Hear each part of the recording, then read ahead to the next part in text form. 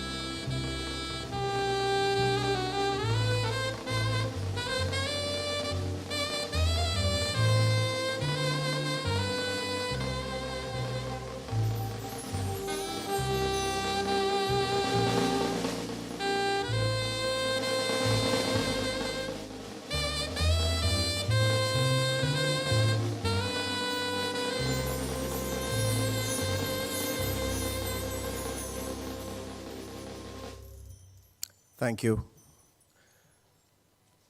I find myself from time to time having to remind people that when the anthem is being sung, we get all of it.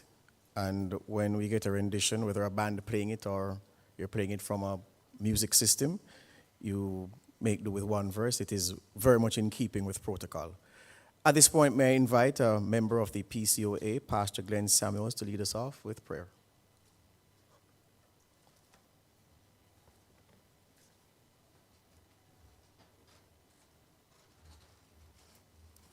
They say exercise keeps you fit and healthy, so I shall ask you to stand as we seek the Lord in prayer. I won't charge you for the health bill in exercising. Our heads are bowed, our eyes are closed. Almighty God, we lift our hearts in praise and adoration and thanksgiving to you for your loving kindness to us. You watched over us as we slept last evening. You woke us up with the blessings of life and health for another day.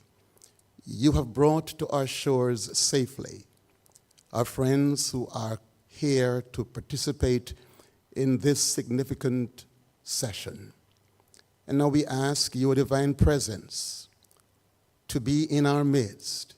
Your words have reminded us that except you build the house, our labor is in vain. That it is in you alone we live and move and have our being. And we take not life nor its gifts for granted. And so we lift our hearts in thanksgiving to you for the blessings of life and the gifts attached thereto. God, our world is troubled. We thank you that you've blessed us thus far with a nation with relative peace and safety. We thank you for the eternal vigilance that your sons and daughters who occupy responsible positions must play for the preservation of law and order. Bless our sitting today. We thank you for all the participants. We thank you for all of the persons who give themselves to serve with dignity and integrity. May your will be done and may your kingdom come, is our asking with thanksgiving in Jesus' name. You may be seated.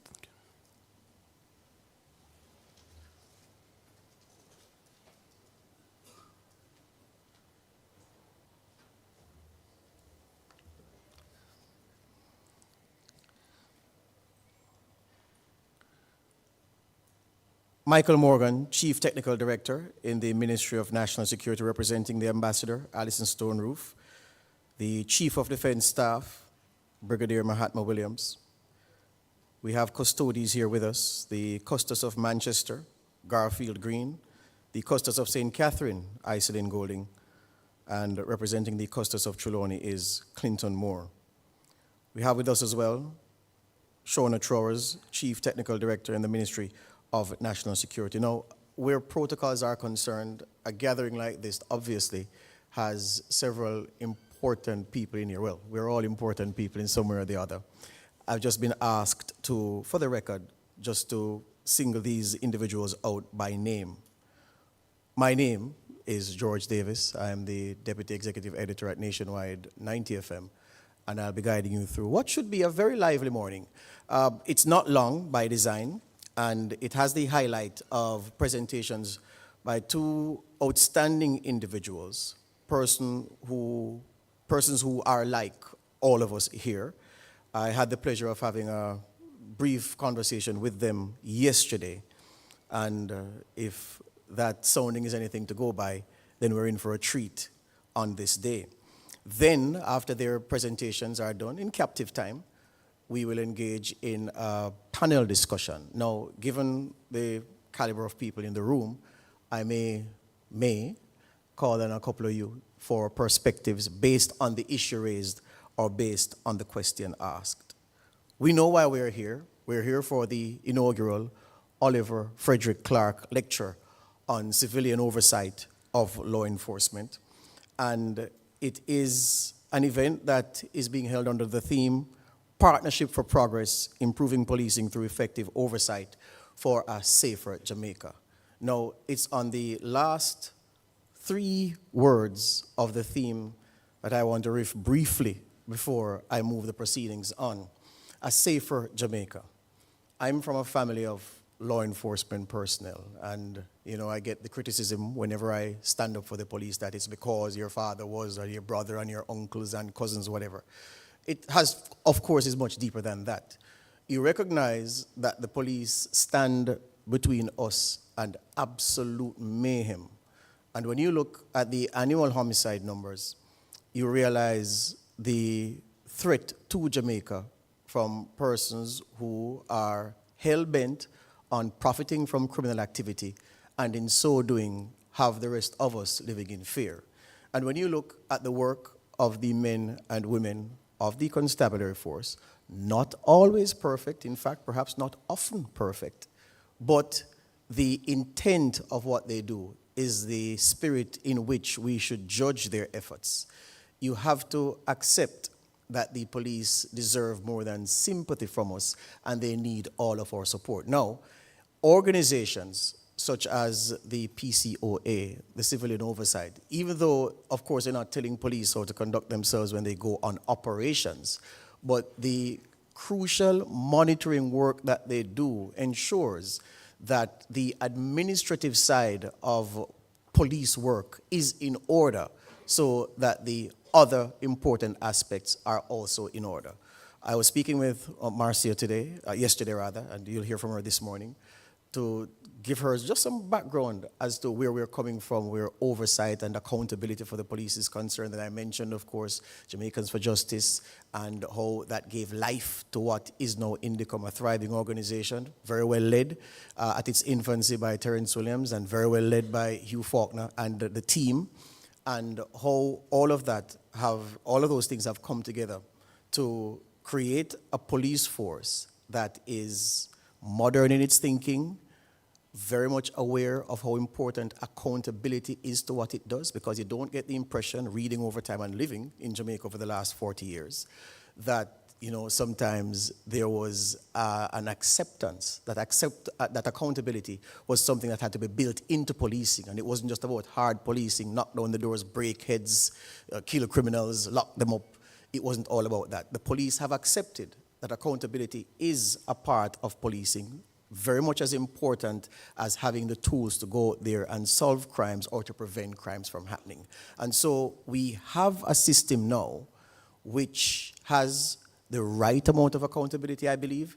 It has the organs of the state which are empowered sufficiently to exert the kind of oversight and accountability that is needed.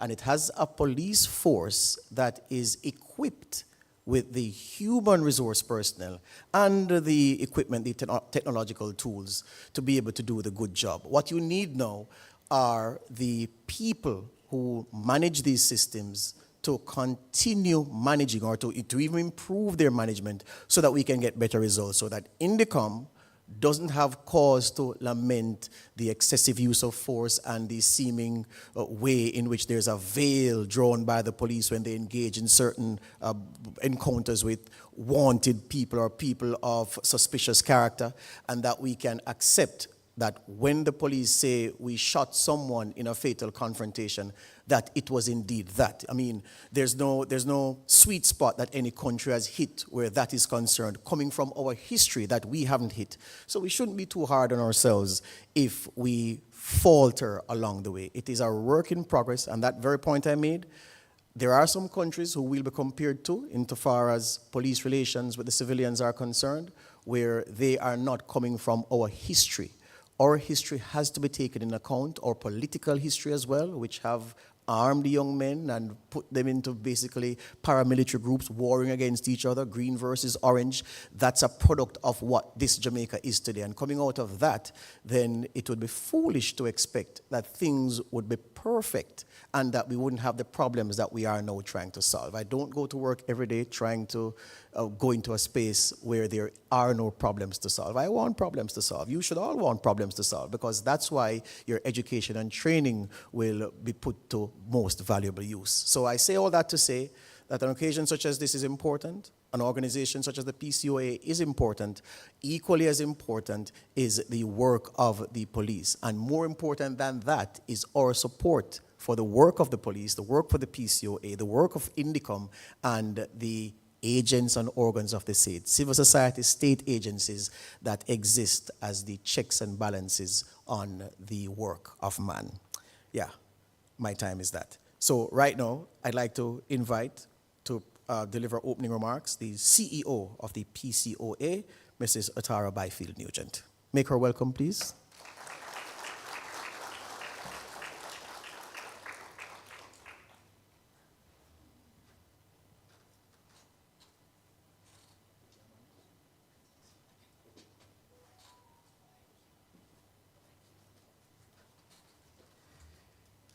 Good morning, everyone. No, man, good morning, everyone. You see me standing in an ankle boot, so, I give thanks nonetheless that I'm able to come here this morning to speak to you, and I want to say personally from the PCOA, thank you for the support. If there is ever any evidence of partnerships for progress, it is this event, because I'm telling you, we had partnership from the JCF, partnership from the Ministry of National Security, partnership from our suppliers, partnership from the RJR Gleaner group, partnership from the persons who are attending, and it shows you the evidence in this room today of the progress that we're making. So welcome to everyone. I will just give a brief overview of the lecture and of the PCOA. But what I want to take a minute to do, I know I lost 2 minutes just walking up here, but what I want to take a minute to do, and I promised myself, having assumed the role of CEO, that every single opportunity that I get to commend my members and my staff for their hard work and the support that they have given me, I will definitely do that. So all 15 members of my staff, just 15, I want to thank them all for the support that they have given me for this event. So the Police Civilian Oversight Authority was created by statute in 2005. And over the years, it has been trying to navigate a space that is still relatively new in the region. And even some places like the United States and the world at large. We don't always get it right, but what we are is that we are committed to improvement and dedicated to the process. And so with the limited staff and resources, we have to design programs that are impactful, transformative. We have to design programs that are designed to shift attitudes and behaviors, programs that will improve processes and experiences of the citizens, and programs that will build real and sustainable partnerships that will leave a legacy. So the concept of the lecture was birthed more than 12 years ago, believe it or not, way before I became CEO. It started with a vision of one of our staff members, our manager of communications, Miss Karen Cady, and she might not want me to call out her name, but she's at the back there. But I'm telling you, it has materialized into what we are seeing today, and although it's 12 years later, I believe it is now in harmony and in alignment with where the JCF wants to go. So I want you to take a few seconds to look at the person next to you. 2 seconds. And then another 2 seconds to look across the room. Right? Perhaps you note some obvious differences. Gender, height, maybe shoes. I have 2 different shoes on. Complexion, color, your profession, lots of differences. However, despite the differences, we are in a common space for a common purpose and for common objectives. So the fact that you are here signals at the very least a willingness to look beyond the differences and to convene for a shared vision and partnership. Why is this important? Partnerships between the police and citizens are essential for accountability. They're essential for transparency and for building trust and confidence in law enforcement. So that when you go out and engage as a citizen, you are engaging for quality processes and procedures. You are experiencing this quality, and ultimately what it will do is create safer communities and safer spaces. So your presence, I hope, signals a willingness to accept ownership, to accept commitment and acknowledgement of responsibility of each and every one of us to create a safe space and society, not just for ourselves, but for the future generation. So my charge here today is for us all to own our role, own this partnership, and own our safety. I'm going to repeat it. Own our role, own this partnership, and own our safety. Today we gather as law enforcement agents, civilian oversight bodies, people from academia. You see young persons from high schools, government, media, students, community representatives, high commissions, you name it. But we must recognize that safety is a shared responsibility, whether it means reporting suspicious activity, attending community meetings, participating in surveys about police conduct or experiences, sponsoring these kinds of events, publicizing the work, participating in these engagements, or simply just being a good neighbor or citizen. We all deserve, including our police officers, to live in a Jamaica where we feel safe. But this safe society or safe Jamaica cannot create itself. It may exist in our minds. But for it to come to fruition or for it to be manifested requires purpose, ownership, and action. So we must create it, we must own it, and we must protect it.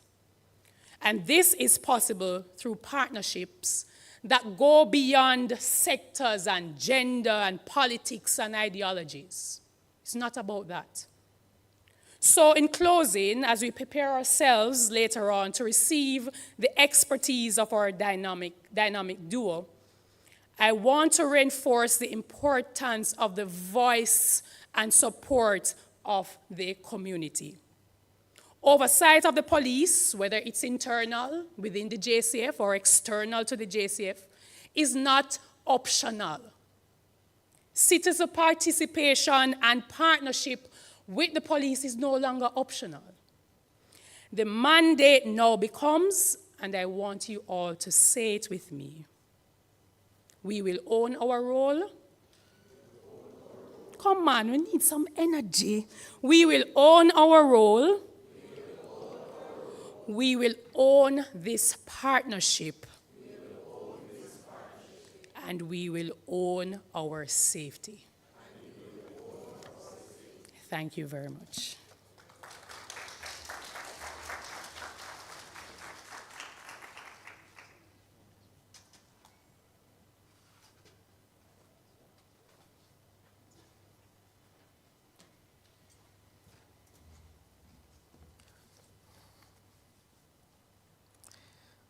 Thank you, Mrs. Byfield Nugent. May I invite Mr. Joseph Matalon, Chairman of the Gleaner Company Media Limited and the RGR Gleaner Communications Group to bring greetings.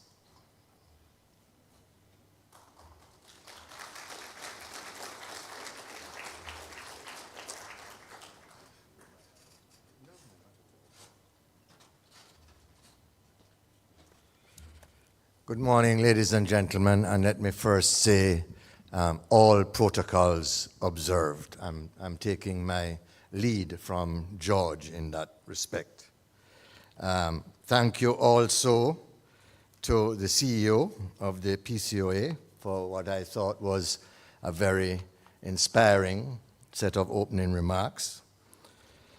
Ladies and gentlemen, it is both a privilege for me and a profound honor to have been asked this morning to address you as we inaugurate the Honorable Oliver Frederick Clarke Memorial Lecture on Civilian Oversight of Law Enforcement. This event not only commemorates the legacy of a remarkable individual, but also underscores the enduring principles of accountability, transparency, and justice that he championed throughout his life. Oliver Clarke was a towering figure in Jamaican society, whose influence extended far beyond the realms of media and business. Born on October 19th, 1944, he dedicated his life to the service of this country, embodying the virtues of integrity, of courage, and an unwavering commitment to the public good. His journey was marked by a steadfast belief in the power of truth and the essential role of a free press in safeguarding our democracy. Oliver's tenure at the Gleaner Company began in 1976, a period during which he transformed the newspaper into one of the most influential publications in the English-speaking Caribbean. His visionary leadership was instrumental also in the merger of the Gleaner with Radio Jamaica Limited, culminating in the formation of the RGR Gleaner Communications Group. This strategic alliance created one of the largest media conglomerates in the region, ensuring a robust platform for independent journalism and diverse viewpoints. Oliver's acumen was not confined to media and oversight. He was also a visionary in the business sector. His leadership at the Jamaica National Building Society, where he served as general manager and later as chairman, was transformative. He guided the institution's evolution into the Jamaica National Group, a multinational conglomerate encompassing banking, insurance, and other financial services. His business philosophy was deeply intertwined with social responsibility, always aiming to uplift communities and foster economic empowerment. Oliver's dedication to accountability extended beyond the media landscape. He was a founding member of the Police Civilian Oversight Authority in Jamaica, established in 2006. His involvement was driven by a deep-seated belief that law enforcement agencies must operate with transparency and be accountable to the citizens that they serve. He understood that civilian oversight is not merely a procedural formality, but a fundamental component of a just society. His efforts in this arena have left an indelible mark on the pursuit of equitable law enforcement practices in Jamaica.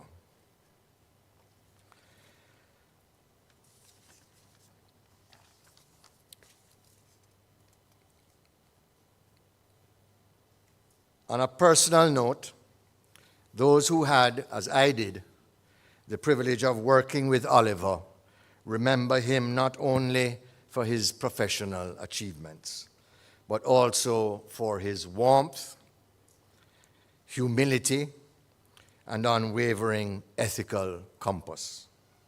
He possessed a unique ability to connect with individuals from all walks of life, always ready to listen, advise, and inspire. His mischievous sense of humor, of which I was often the butt,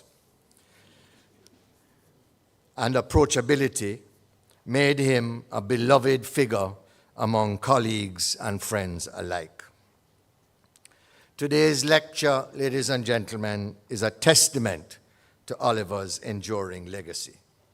It brings together distinguished experts to discuss the critical issue of civilian oversight in law enforcement, a topic that was very close to his heart. By fostering dialogue and sharing best practices, we honor his vision of a society where power is exercised with responsibility and where the rights and freedoms of individuals are protected. As we reflect on Oliver's monumental contributions, let us reaffirm our commitment to the principles he held dear.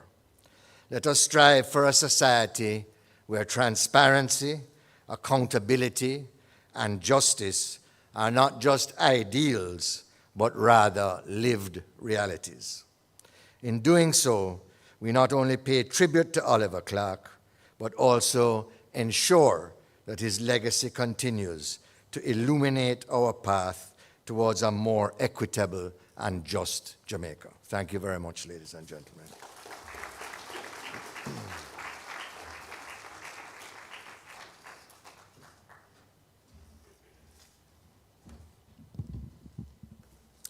And thank you very much, sir. Thank you.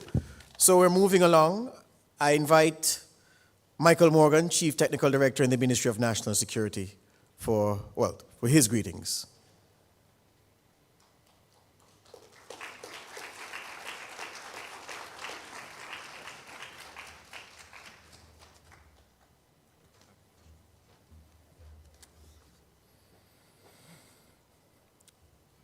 Please permit me to adopt the protocol established by our very capable moderator in wishing everyone good morning.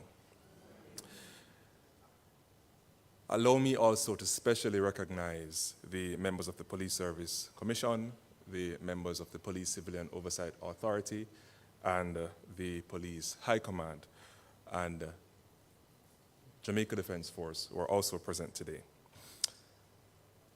I want to add my endorsement to the remarks delivered by the speakers before me, CEO, and Mr. Matalon, as well as the excellent tribute delivered in honor of the Honorable Oliver Clarke and his work. I am by no means, ladies and gentlemen, an adequate replacement for my permanent secretary, but she sends her regards. She had every intention of being here, but is unavoidably absent due to another assignment. And so I'm pleased to join you today for this inaugural lecture on civilian oversight of law enforcement, organized by the Police Civilian Oversight Authority.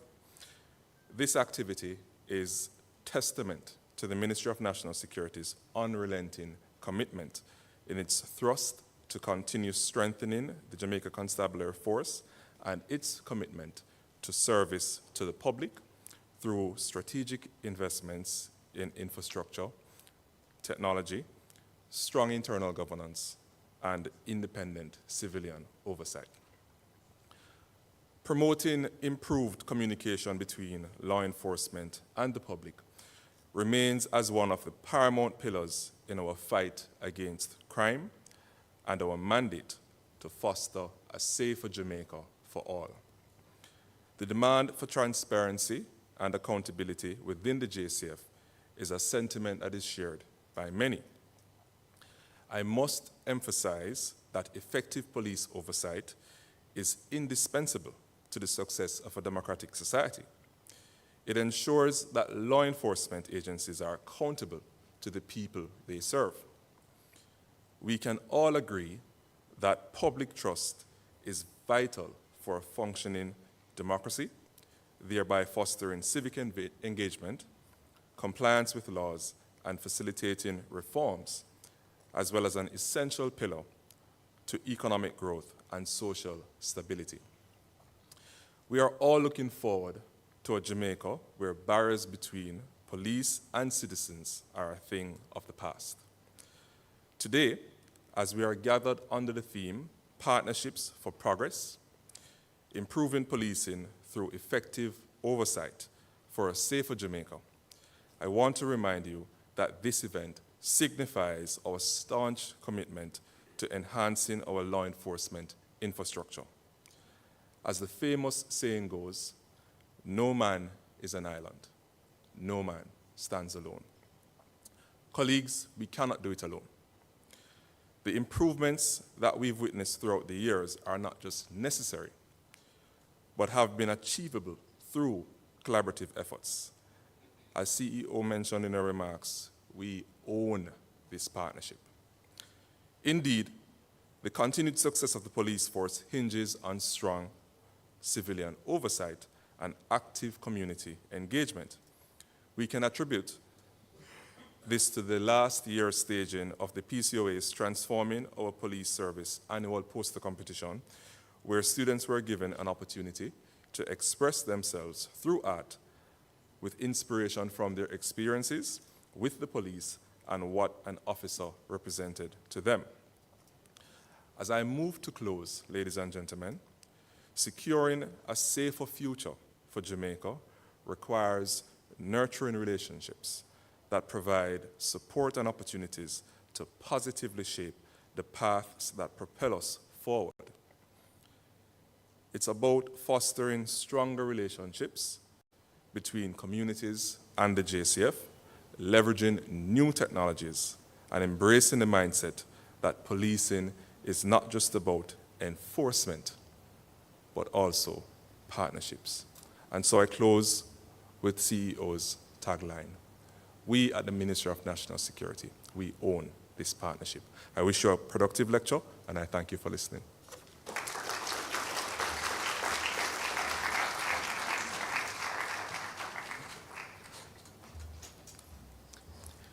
Thank you very much.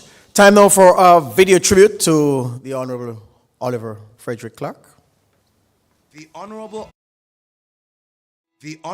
Oliver Clarke, a champion of police reform.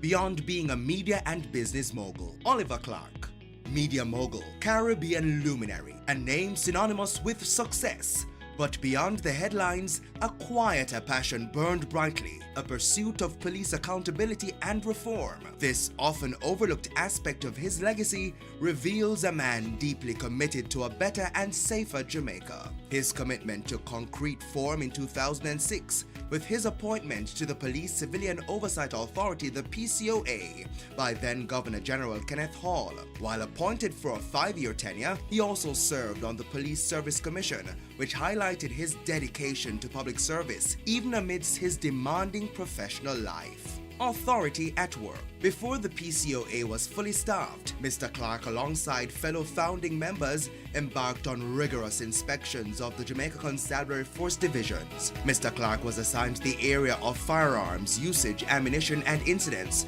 collaborating with officers from the then Professional Standards Branch and the Performance Audit and Monitoring Bureau. He understood that true reform required dialogue and understanding from the ground up. Hence, public forums became a critical component of the authority's operational plan. Driving change, international perspectives. Mr. Clarke became a driving force in advancing best practices. He had a pivotal role in the staging of the groundbreaking 2010 seminar, broadening the partnership of civilian oversight of law enforcement. International experts from the United Kingdom, USA, and Canada shared their knowledge. Mr. Clarke's opening address challenged everyone to embrace transformative change. He understood that Jamaica could learn from global experiences. He went beyond local boundaries, facilitating meetings with figures like Sir Paul Stevenson of the London Metropolitan Police and West Midlands Police Authority in the United Kingdom, exposing PCOA members to international policing models. A lasting legacy. The Honorable Oliver Clarke's contributions to the PCOA and to civilian oversight in Jamaica are a testament to his commitment to a better nation. His legacy serves as an inspiration to all that transformation of the JCF and advancing security and safety in Jamaica will require the active participation and partnership between the police and the public.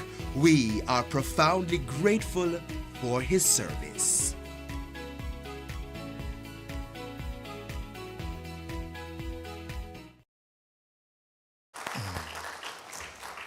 Applause is in order. Okay, to the main event. And I want to introduce to you Marcia K. Thompson. She's department chair and assistant professor and has been a global human resources executive at Amazon, where she served as the director of community innovation. She's an attorney and has over 20 years of experience working on creating equitable workplaces in corporate, academic, and within the public sector. She began her career working for the Department of Justice, where she realized her passion for helping people. During her tenure there, she was trained in policy review, consensus building, mediation, and civil rights protections in the workplace, and became a volunteer EEO counselor. Marcia also created a recruitment initiative while working at DOJ within her agency to assist with creating access to and diversifying one of the core positions. For many years, she has worked nationally on social justice, equity, reform, and community engagement in some of the nation's high-profile cities, seeking assistance with police reviews, assessments, reform, and community trust building. May I invite Marcia to share with us. Make her feel welcome, Jamaican style, no? Yay! Come, Marcia.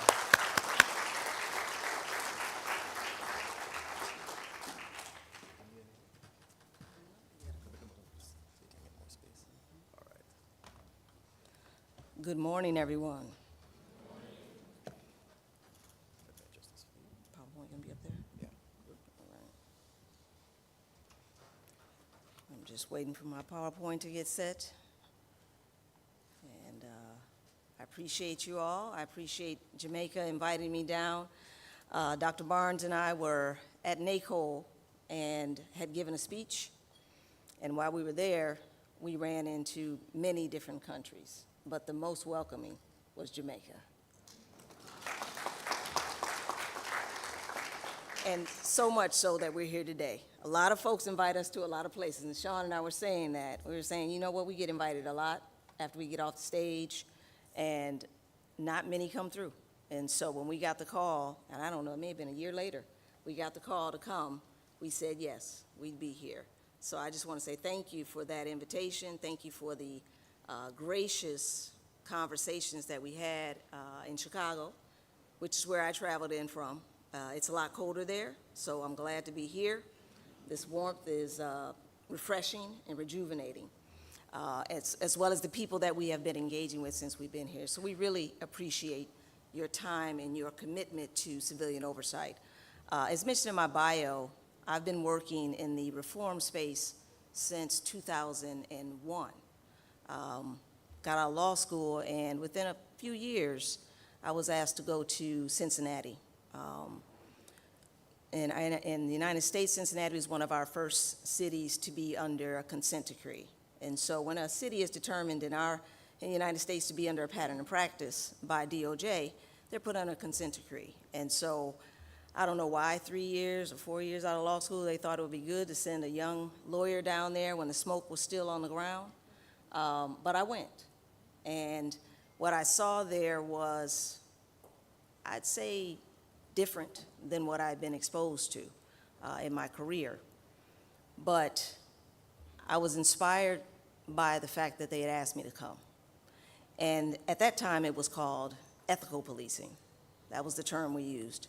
And you know the terms change depending on what the atmosphere you're working in.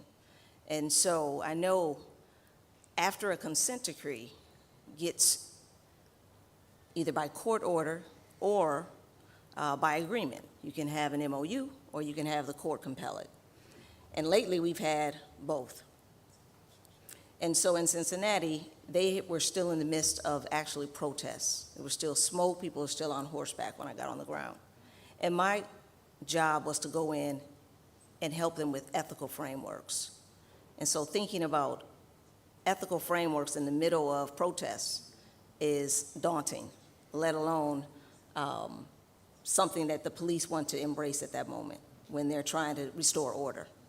And so that was really my full thrust into police reform and getting a perspective of what a consent decree was.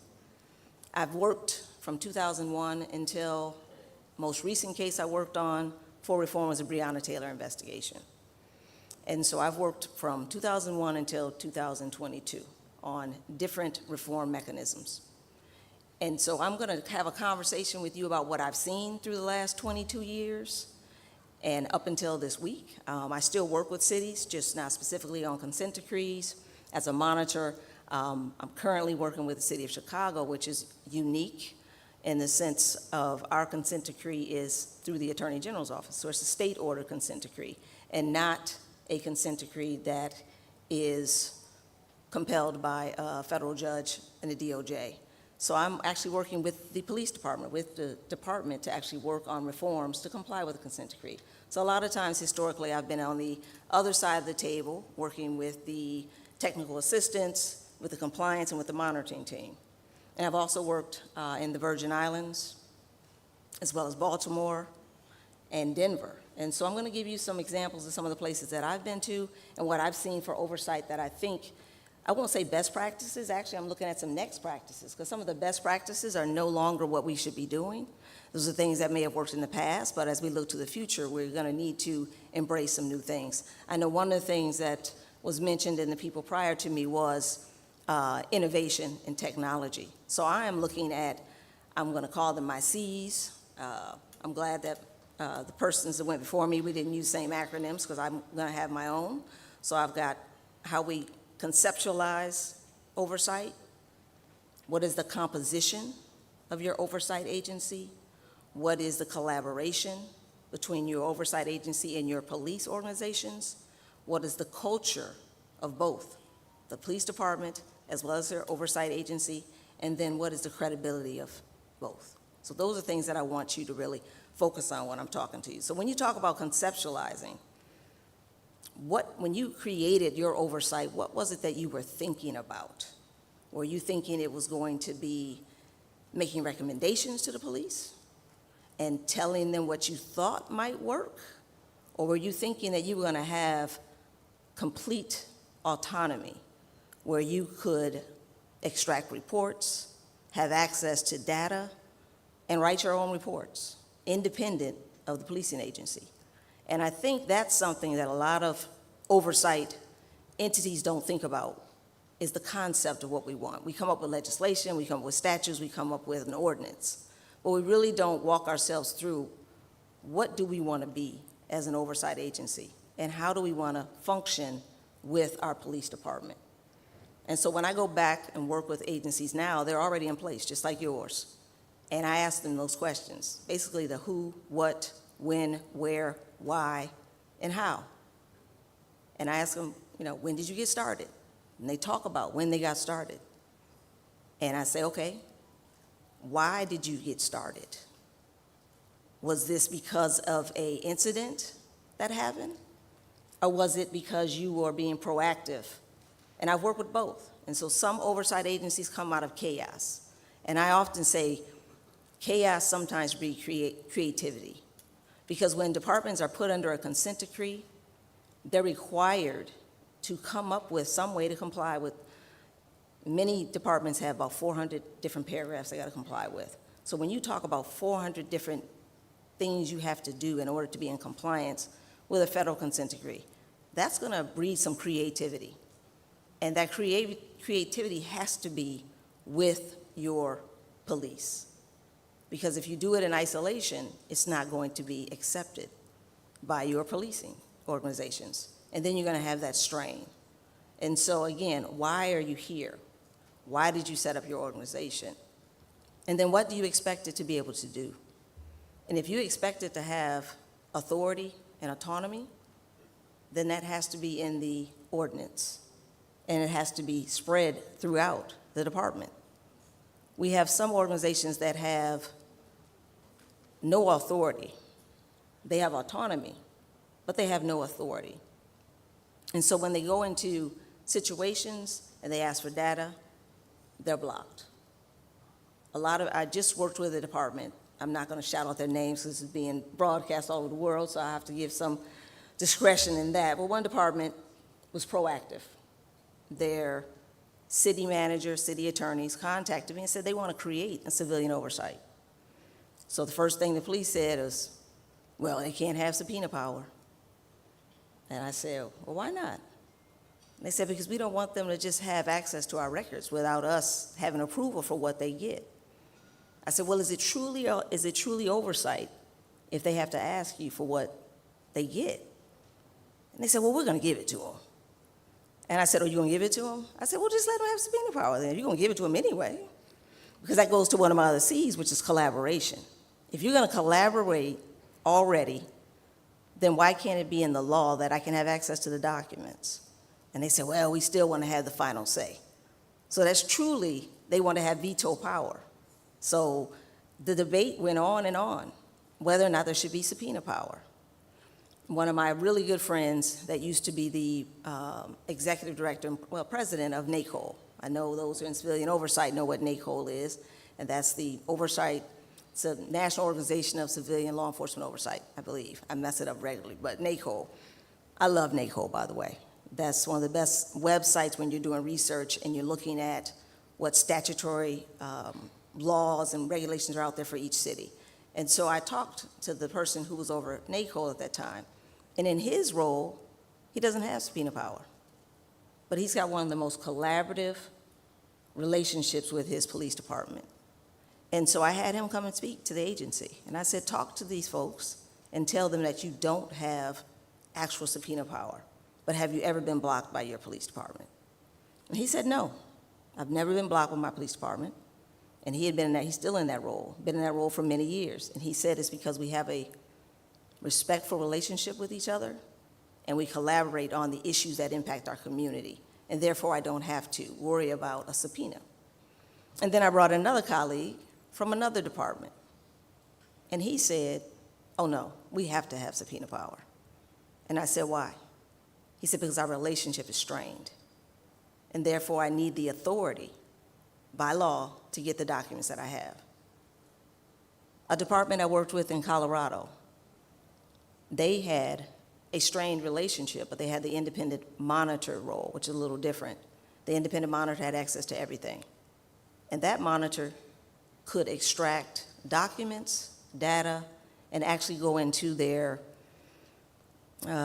we call it blue team, in the States, and it's a database basically. You go into their records management system and pull out police data.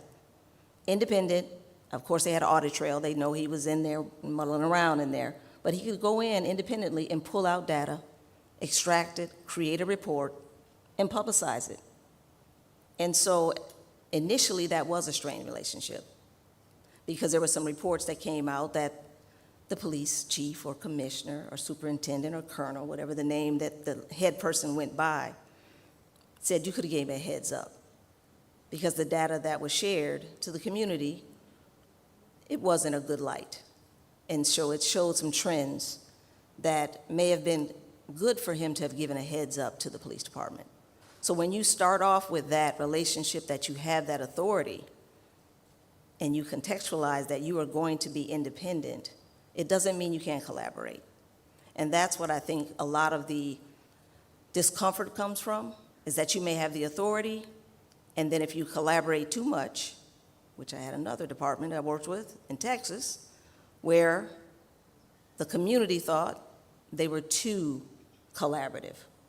So is there a fine line between where the police and the oversight agency cross over where there's no credibility for either? And the community feels like the police and the oversight are working together and not working together in the benefit of the community. And I think that's when it causes a problem. And that's where there has to be respectful relationships, but not relationships that get muddled and get cloudy. In Chicago, we have, I think, 3 layers now. I may have to ask Dr. Barnes to clarify for me as well, because I know he started out in one of our civilian oversight in Chicago. And in Chicago, they have civilian oversight, and then there's now an elected body, and then there's another body. I think there's at least 3 different, 4, see?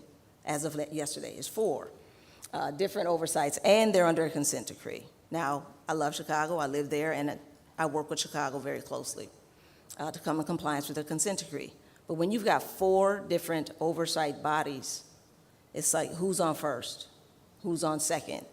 And for the police department, who they collaborate with, what data they give to, what authority is given to each of those different 4 bodies. Just recently, we had a conversation about the newest elected bodies and what their authority brought, and their elected officials, and so then you have the politics of their constituents to come to bear as well. And so all of these C's that I mentioned are some things that we're gonna have a conversation today with you about. The next thing I want to talk about is, why do we have it? Why do we have oversight? Why do we need it? And that goes back to what I asked you to talk about in the first place. When you conceptualized your oversight, and we just paid homage to one of your founders, what was in the mindset of those brave individuals who said, you know what, we need to start something. We need to start something different here in Jamaica. And is that mindset still relevant today? Have you had an opportunity to revisit and sit down and actually go back over what we started out to be? Is that what we still want to be? So have you revisited the current fractures within your community? Are they being caused by police misconduct? Are they being caused by trauma from the history of the relationship with the police? Or are they being caused by what we're seeing internationally that's impacting everyone globally, police-community relations? And those are things that may not be the same as they were historically. And because of the way issues are broadcast now, you get the impact of what we have in the United States, and we get the impact of what you have here. We all get broad brushed with police and police oversight. And so one of the things that I've encouraged most people that I've worked with in the last couple of years after one of our most notorious incidents in policing, which George Floyd, everybody saw that globally, was what are we doing to talk about the historical and generational trauma that has impacted our communities that has led them to have mistrust of the police? And then what are we also doing with our police to talk to them about why they are triggered by our community members to the point where critical thinking has gone down and excessive force has gone up. And what I found is that trauma on both sides. I was speaking with a community oversight body in Portland. And Portland has a pretty progressive civilian oversight. But they had me talk to the community and the police, and it was a collaborative conversation. And one of the things that I said was, police and community trigger each other, and we don't even know why anymore.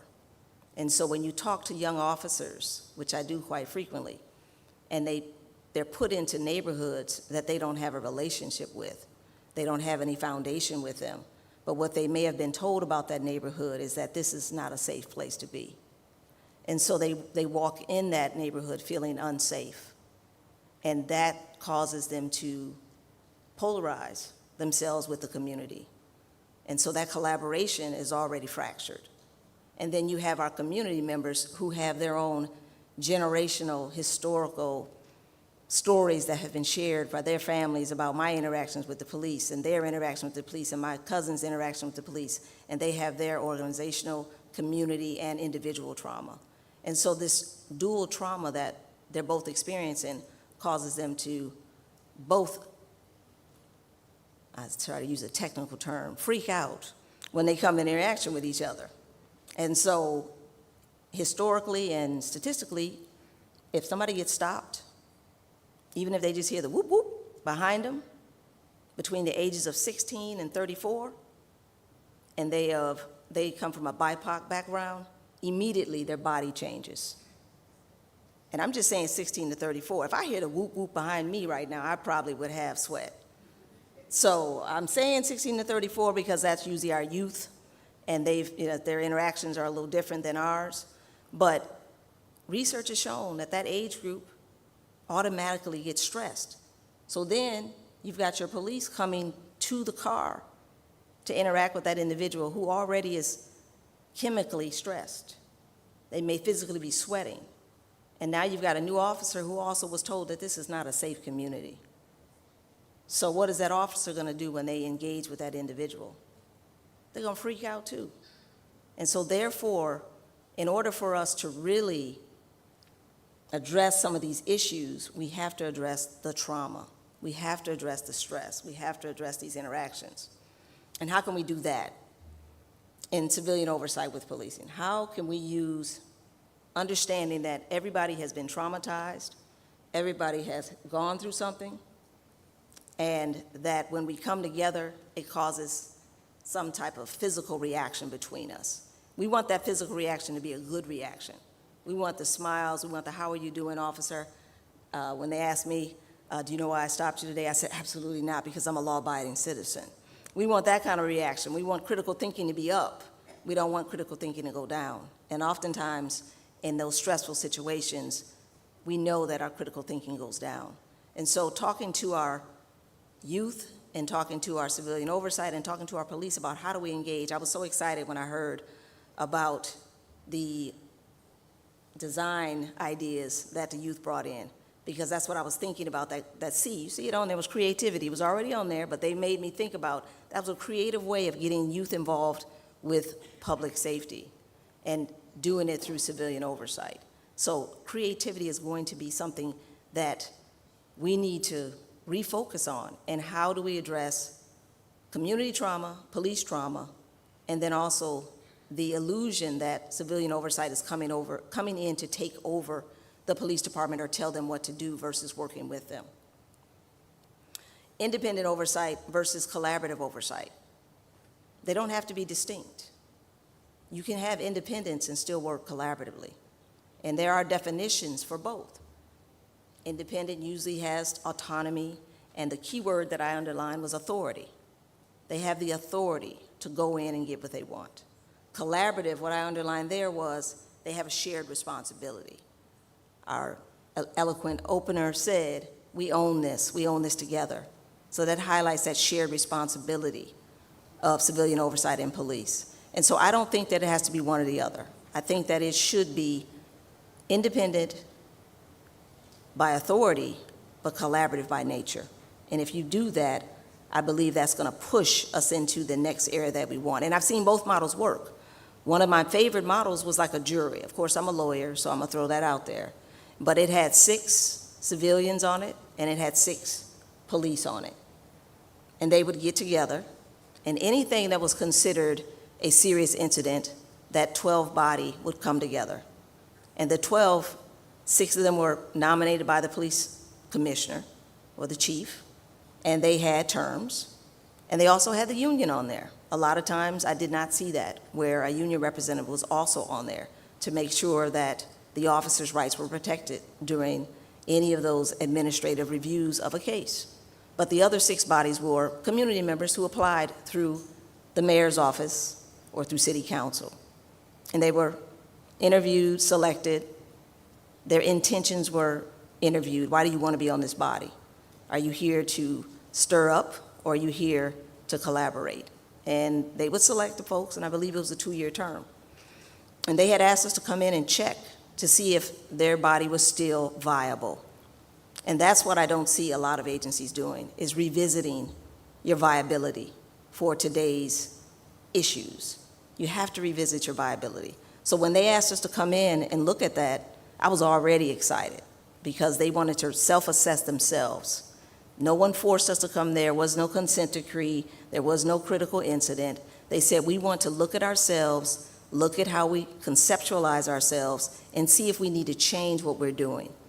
And so they asked me and some other of my colleagues to come in and not just look at them, but they said, we want you to look at 13 other oversight agencies that are similarly situated to ours.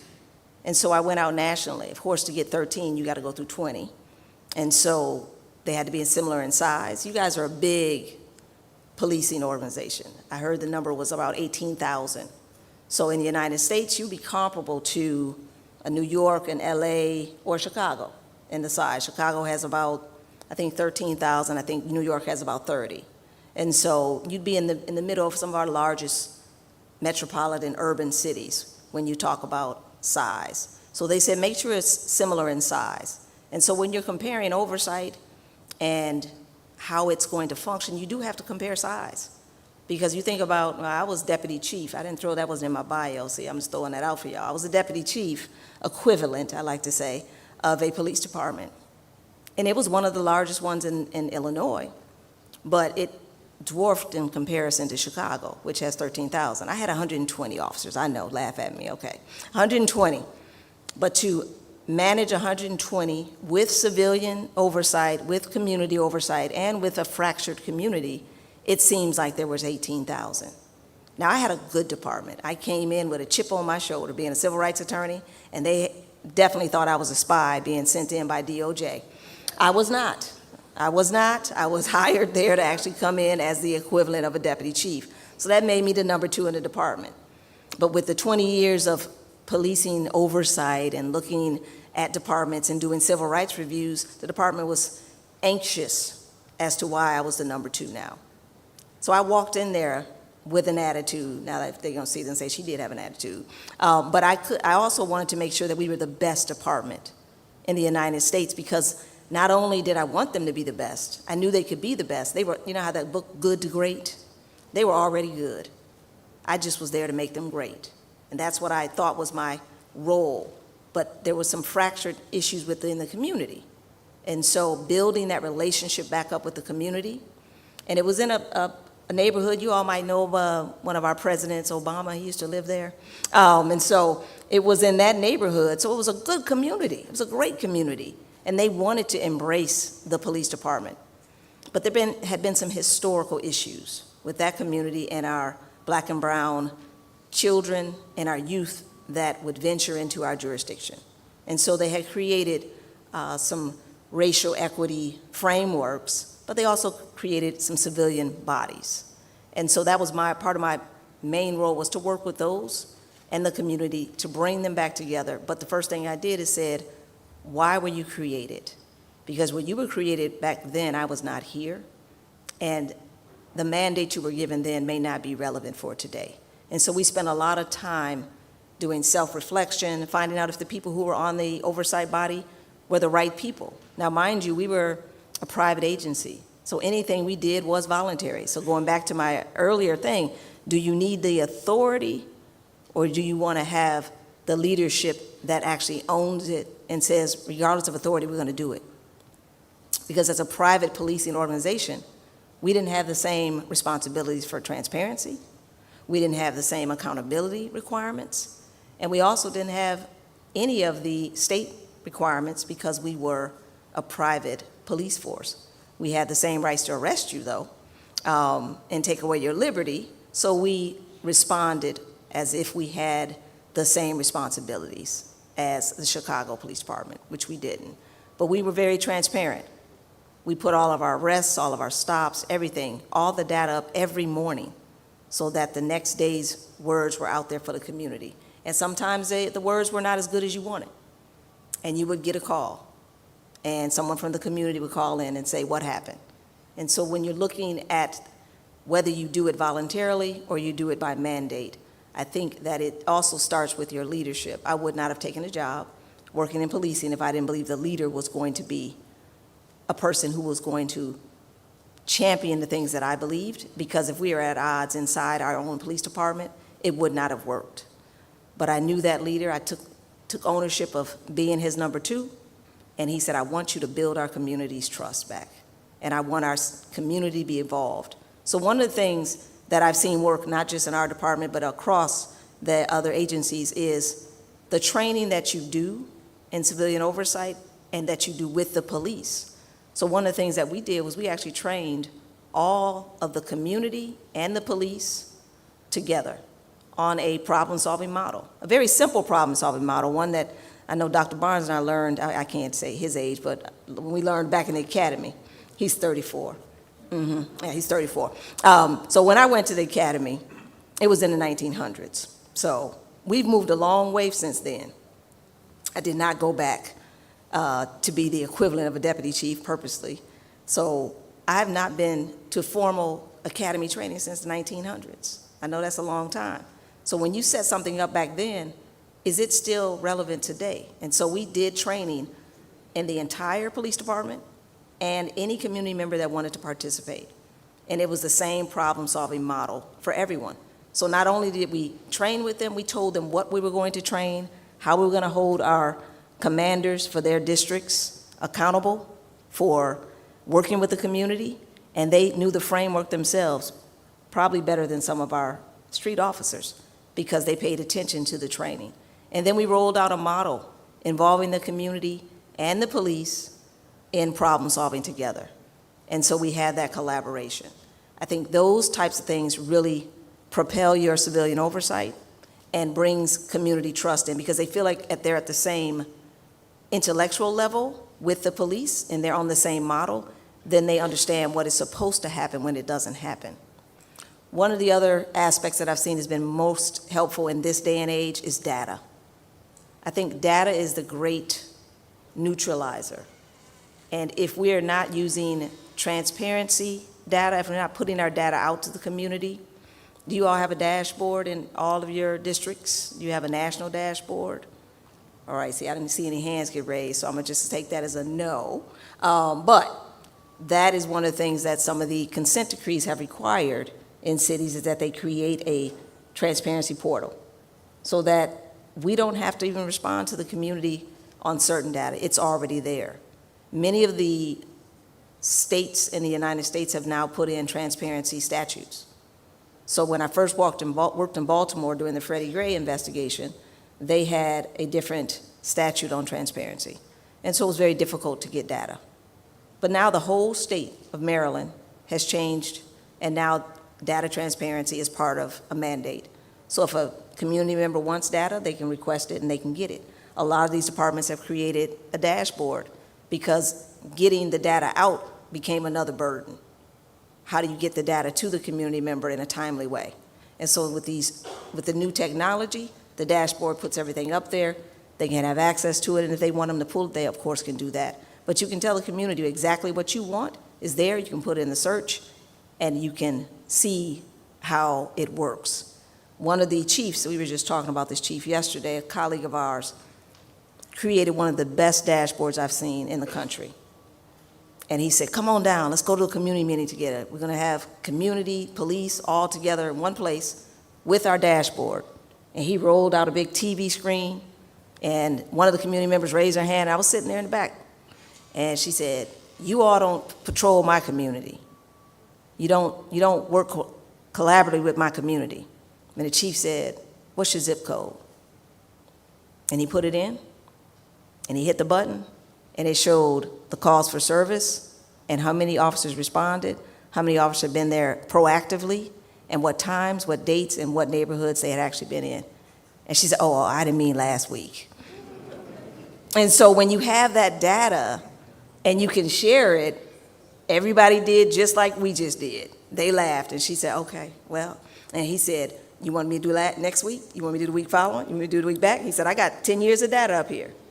And he said, but if you feel like you don't trust us and that we're not doing what we're supposed to do, he said, I'm giving you this dashboard so you can keep me accountable, because the way I just put your zip code in, you can put your own zip code in. And that raised the anxiety. It went down tremendously in the room because they knew that they could actually go in there on their own. They didn't have to go through civilian oversight. They didn't have to go through the police department. The community member themselves could go in there. But the police chief was able to show that.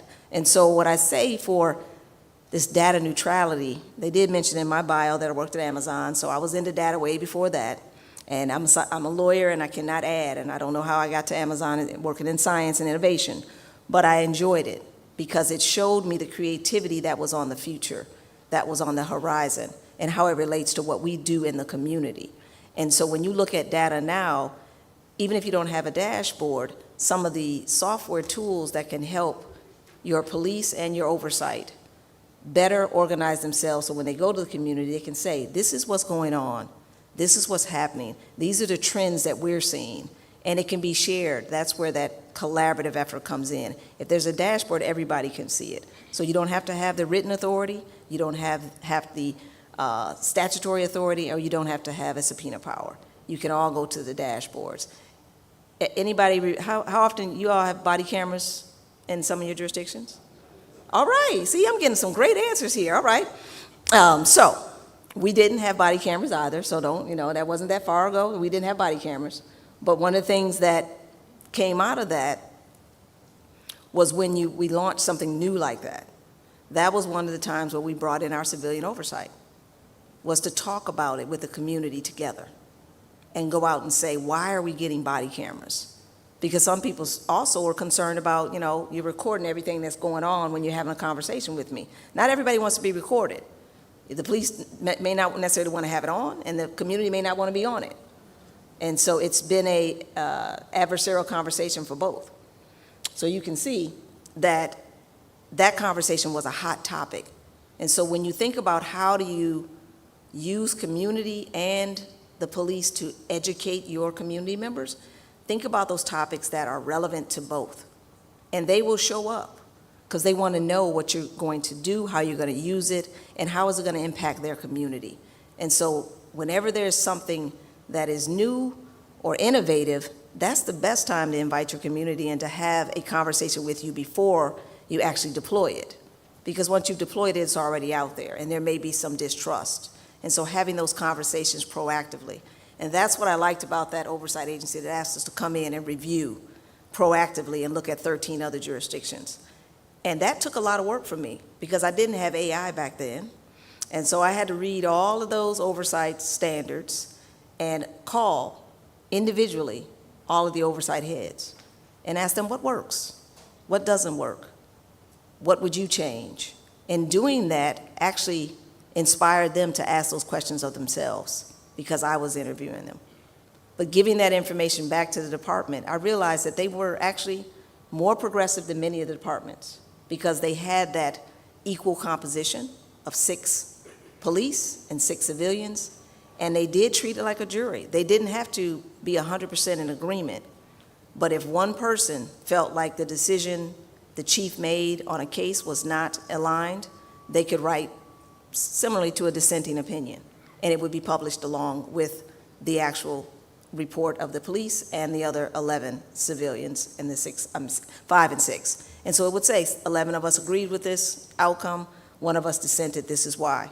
And the chief would review that, and then they could decide whether or not they wanted to open that case back up.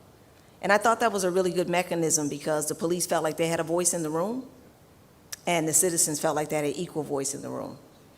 And they trained together from the beginning of the process. That's another thing. I like that we started training our new concept with the community at the same time because we started at the same place. But I also like that when they get assigned to be on the oversight body, they train with the police. And when I asked all the prior members, I said, what did you like about that combination? They said, because a lot of times if it's simply civilian, sometimes we have questions. And we want a police officer in the room because we don't understand tactics. And we don't understand what it's like to be in their shoes. And we don't want to second guess them. And they don't understand what it's like to be in our shoes. And so that's what the police said. They said having that equal opportunity to have that conversation with someone who actually is in the community and to give them your perspective in a non-hostile environment was very helpful. And so that's why I say that a combination of independence, collaboration, and oversight is probably going to be the best model. Now, technology is going to be something that I pushed here, and so the data neutrality, how you all do it is going to be a little slower than what I would like because technology is going to be something you all have to embrace in order to really go through it. We would review about 30% of our body cameras regularly and then put out what we find. And so now with advanced technology, AI, large language models, you can put all your body camera data in there and it can flag whatever you want. Now, it's going to take away some human touch, but you're still going to need human touch. But we could only do 30%, and I told you our department was a small department compared to 13,000, 18,000. So how many body cameras, even if you had them, could you review in a certain time period every month or every quarter or every year? And so thinking about that and how you do that, and we assuming you now have the body cameras, this is the assumption, but you have to get some way in order to go through all of that data, and you're so disparate in your locations. And there's different leadership in different locations, even though there's one leader. When I worked in a federal agency, we had field offices, so it's very similar. You have one head, and you've got many different field officers. Those field officers felt very autonomous because they're separated from everyone else. And so the technology has to unify those areas too. So that's one other reason why technology is going to be helpful with your oversight is everybody will be feeding into the same system. Therefore, everything that's happening around you will also come into a consolidated system. And your oversight has to have access to that, whether you give it to them without request. If your statute allows for it, that's going to allow them to do their own independent reporting. I like to think about independent monitors and oversight as a force multiplier, because in policing, it's hard to catch everything because there's so many things that are going on. And not just catch everything that's bad. We got more commendations when we started going out and engaging with our community. We had a card that said complaints on one side and commendations on the other. And when the officer engaged with a community member, they gave it to him.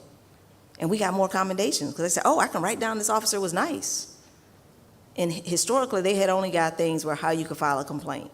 And so when you give people options, you actually get a better picture of how they're doing. And so I'm not saying that the data that's coming in, we did a whole speech at a conference. I don't know if Shawn did as we did together or not, but we talked about don't be afraid of the data. And don't be afraid of your data. So if you haven't even assessed your own data, that's one of the reluctance for having someone else assess it. So as a policing organization, I challenge you to self-assess yourself. Go in, look at your data, look at your trends, find out what communities you're having the most negative and traumatic experiences in, and then dig into that and find out why. And try to fix that problem, and then you can replicate that across the country. Because if it works in one community to remove some of the trauma and some of the historical damage and fractures, it's going to work in another community. But each community is nuanced. Seattle, I'll leave with my colleague's new city. He was not there when this happened, but there was a plan called a micro community policing plan. And again, I may misquote how many communities they had, but about 57 different unique communities. In each of those communities, they created a nuanced community plan. And each of those community plans was shared with the community, with oversight, with the police, and then with an academic institution. I gotta give a shout out to the academics since I'm at the university now. And the academic institution came in and they analyzed each of those community plans, and each of them had a dashboard. And so you see where I'm going with this. You had your collaboration with your police, your community, your oversight, and your academics. And they went in and did those micro community policing plans. So they had 57 unique plans, but they were all going into one database, but everyone had their own individual dashboard. And that accountability was there. They could see exactly where they were meeting their metrics, how they were measuring their metrics, and the community could go on that dashboard at any time. And then they could see what was going on across the entire city. So something like that is what you call a best practice. When I was in Baltimore, I had them fly out to Seattle and talk to the people who were running that and talk to the university and say, how can we replicate this in Maryland so that you can have a similar, very nuanced, community-specific, transparent, accountable system that community can access, police can access, academics can do research on it, police can use it for their own research, and they can put out their own best practices.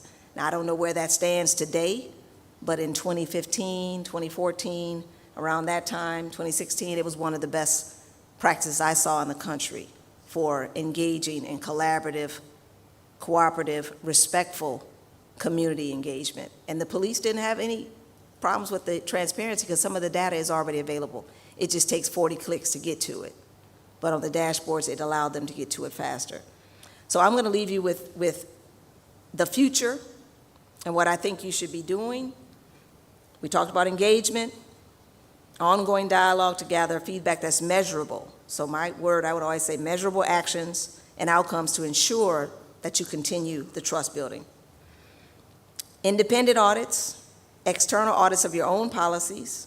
You can call somebody like me, not me, but you can call me, but somebody like me to come in and actually look at your policies, procedures, and practices and identify areas for improvement. And as I'm going to restate, don't be afraid of the data. So if the data comes back and says there are some trends that are trending down, well, then we want to trend them back up. You can also do what I said about the training, regular training, continuous, collaborative, and evolving training, not just the same training every year, training that is evolving to look at the history of that neighborhood with those police officers and with the trauma of those communities. We have to bring in community trauma into our training and police trauma into our training in order to alleviate some of the negative perceptions that we have of each other that was built before we even started the job. And we have to increase our critical thinking in those traumatic situations on both sides. And we want to push out more collaborative partnerships with our advocacy organizations. One department I work with, I said, who sues you the most? And they were like, why? I said, because I knew who I need to talk to. Because they had more information about what they thought was going on in the city than the police had, because some of those lawsuits had been filed, but the complaints had not been filed. And so they were not in their systems. So interviewing those people with non-attribution, they gave me their stories, their incidents, and exactly where they happened, how they happened, and I was able to share that back with my police counterparts to give them a report that they had no access to, because they wouldn't, obviously in litigation, they wouldn't have a collaborative relationship with that particular entity. But that entity was happy to share with me to share that input. So getting a list of the folks that you may think are not on your side oftentimes can give you most insights into the things that can make you a better organization. And they were also more than happy to share with their civilian oversight. And so those organizations, your legal experts, I mentioned academic institutions. A lot of people trust the academic institution because we don't have a side. We're just there for the research purposes. And so if you can get an academic institution, they might have a grant. They may have the finances to come in. One of the departments that I just worked in, I mentioned the last department I worked in was Breonna Taylor's case. In that scenario, they just announced that they did exactly what I just told you. It's probably one of the first in the country that got a grant to do research with the police, with an outside entity, and also with a community engagement technology partner. And that was led by the police chief himself. And so that's innovation, when you have a police chief asking for folks to come in and do this for me, and then share it with the community. And so that's what I will leave you with, is that is the future for me, is the data neutrality, and that will build common ground between you and your community, just like it did for some of the chiefs that I've worked with in the past. Thank you for your time. Thank you for inviting me, and I will yield back my time to my next speaker. Appreciate you all.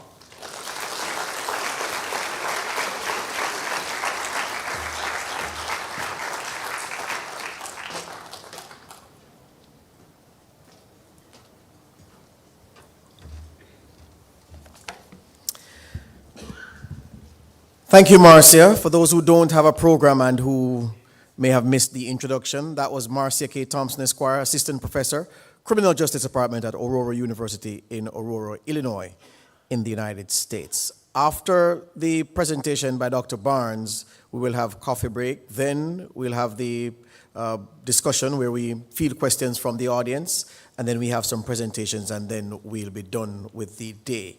So, the next presenter is Dr. Shawn Barnes, Chief of Police for the Seattle Police Department in Washington State. And he is a nationally recognized leader in crime reduction and community police relations.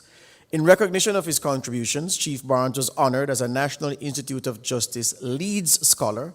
That's the Law Enforcement Advancement Using Data and Science, that's what LEADS means, for his innovative use of technology and scientific methods to combat crime.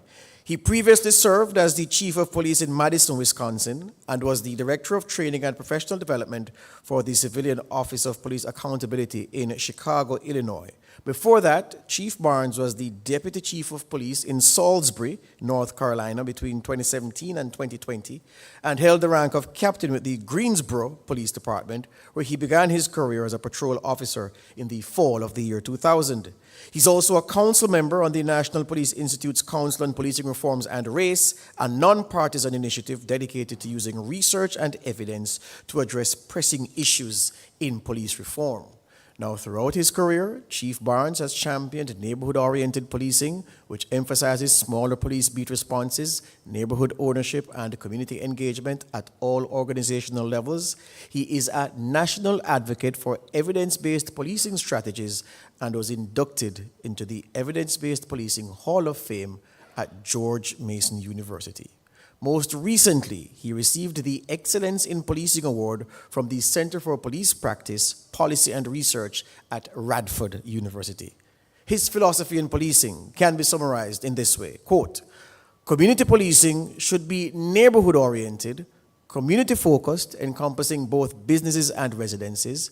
It should be problem-oriented and grounded in the most current empirical research available to swiftly reduce crime and enhance citizens' satisfaction with police services." End quote.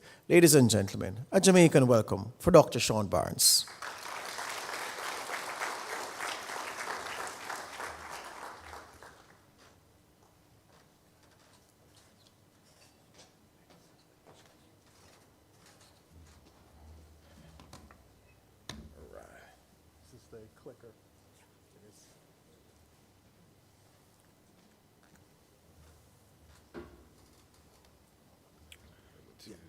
Which to click it, which way do I go? Yeah, just go. Okay, so go back. Okay, great. Good morning. I am so honored to be here today. I know I stand between you and a much-deserved break, so I will adhere to the time frame that I was given the best that I can. I will make these slides available to you as a resource. In American policing, nothing is proprietary. So if I have it, you can have it as well. I want to begin by saying something about this amazing place. So there's some things that I've done in my career that have truly been transformational to me. One was that I had an opportunity to go to Africa. If anyone's ever been to Africa, you know what I'm saying. So I went to Bamako, Mali, and I got an opportunity to teach community policing and problem-oriented policing in Africa. And it was the first time in my career that I worked with people, that I worked with more people who looked like me than didn't in my entire career. And some of you may not know what that feels like, but that was amazing to me. The second thing was in March of 2020, as you know, we had a very high-profile police killing that changed the world. And that was George Floyd.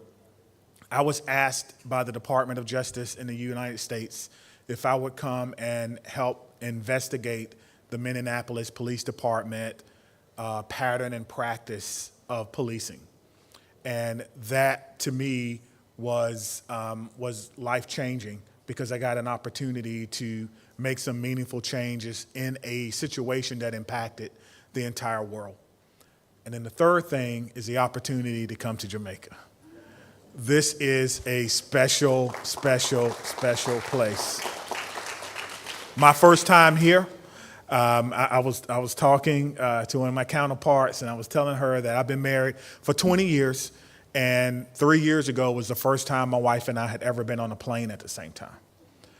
She's been working, she's a doctor, I've been working in different fields, and she says, you need to do better. And I was like, you're right, I do. But to underscore how special this place is, got here a couple of days ago after a flight delay, or a flight miss, if you will, from a connecting. They lost my luggage, all right? So what you see, I brought here in Jamaica. I was gonna go shopping anyway. You can't stop that. So they said, Chief, you know, the luggage is not here. I was like, my luggage is not here. What am I gonna do? Then they said, don't worry, it'll be here on the next flight that comes in at 8.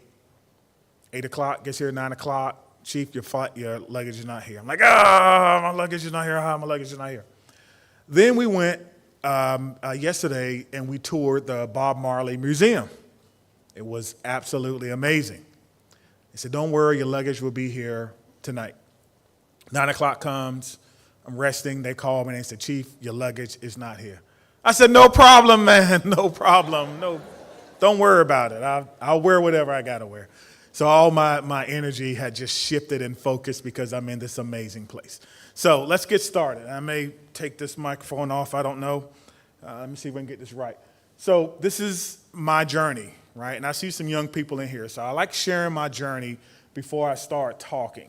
Over in that corner, this is the United States, over in that corner there, there's a long title there, word is Murfreesboro, North Carolina, right? That's where I'm from.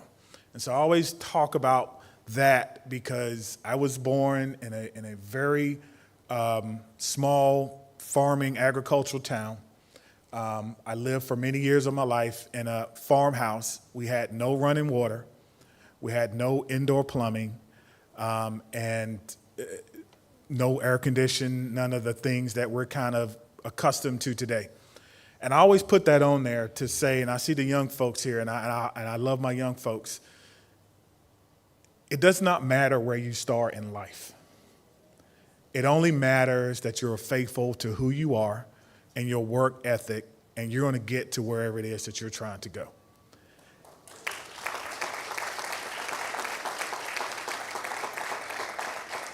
Because there's a lot of people who would have never believed that that kid from Murfreesboro, North Carolina, who wore the clothes that other people gave away, would be standing here in Jamaica right now speaking to you guys.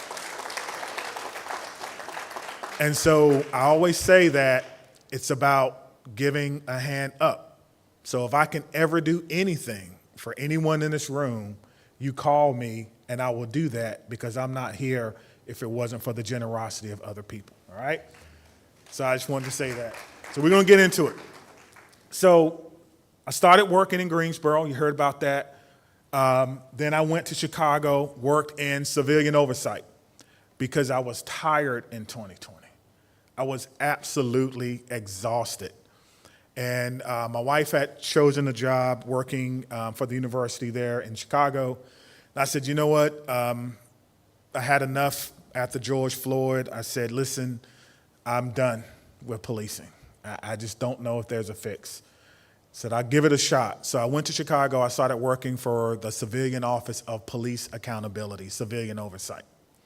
And it's just amazing how the world works. So I go there and I'm working as the Director of Training and Professional Development. And my job is to train the investigators to ensure that if the police change their tactics, you know what they are. You have to be trained the same way they are. And so I will tell you as a note, if you have investigators and they don't have an in-service, just like the police have an in-service, you're doing yourself a disservice. You want to make sure that the investigators know when things change around policy and procedures, and so I had an opportunity to do that. And while I was there, I got a call asking me if I wanted to return to policing. And thought about it, prayed about it, and the opportunity was in Madison, Wisconsin, which is about an hour and 50 minutes from where we were living. And the family said, well, we know where your heart is.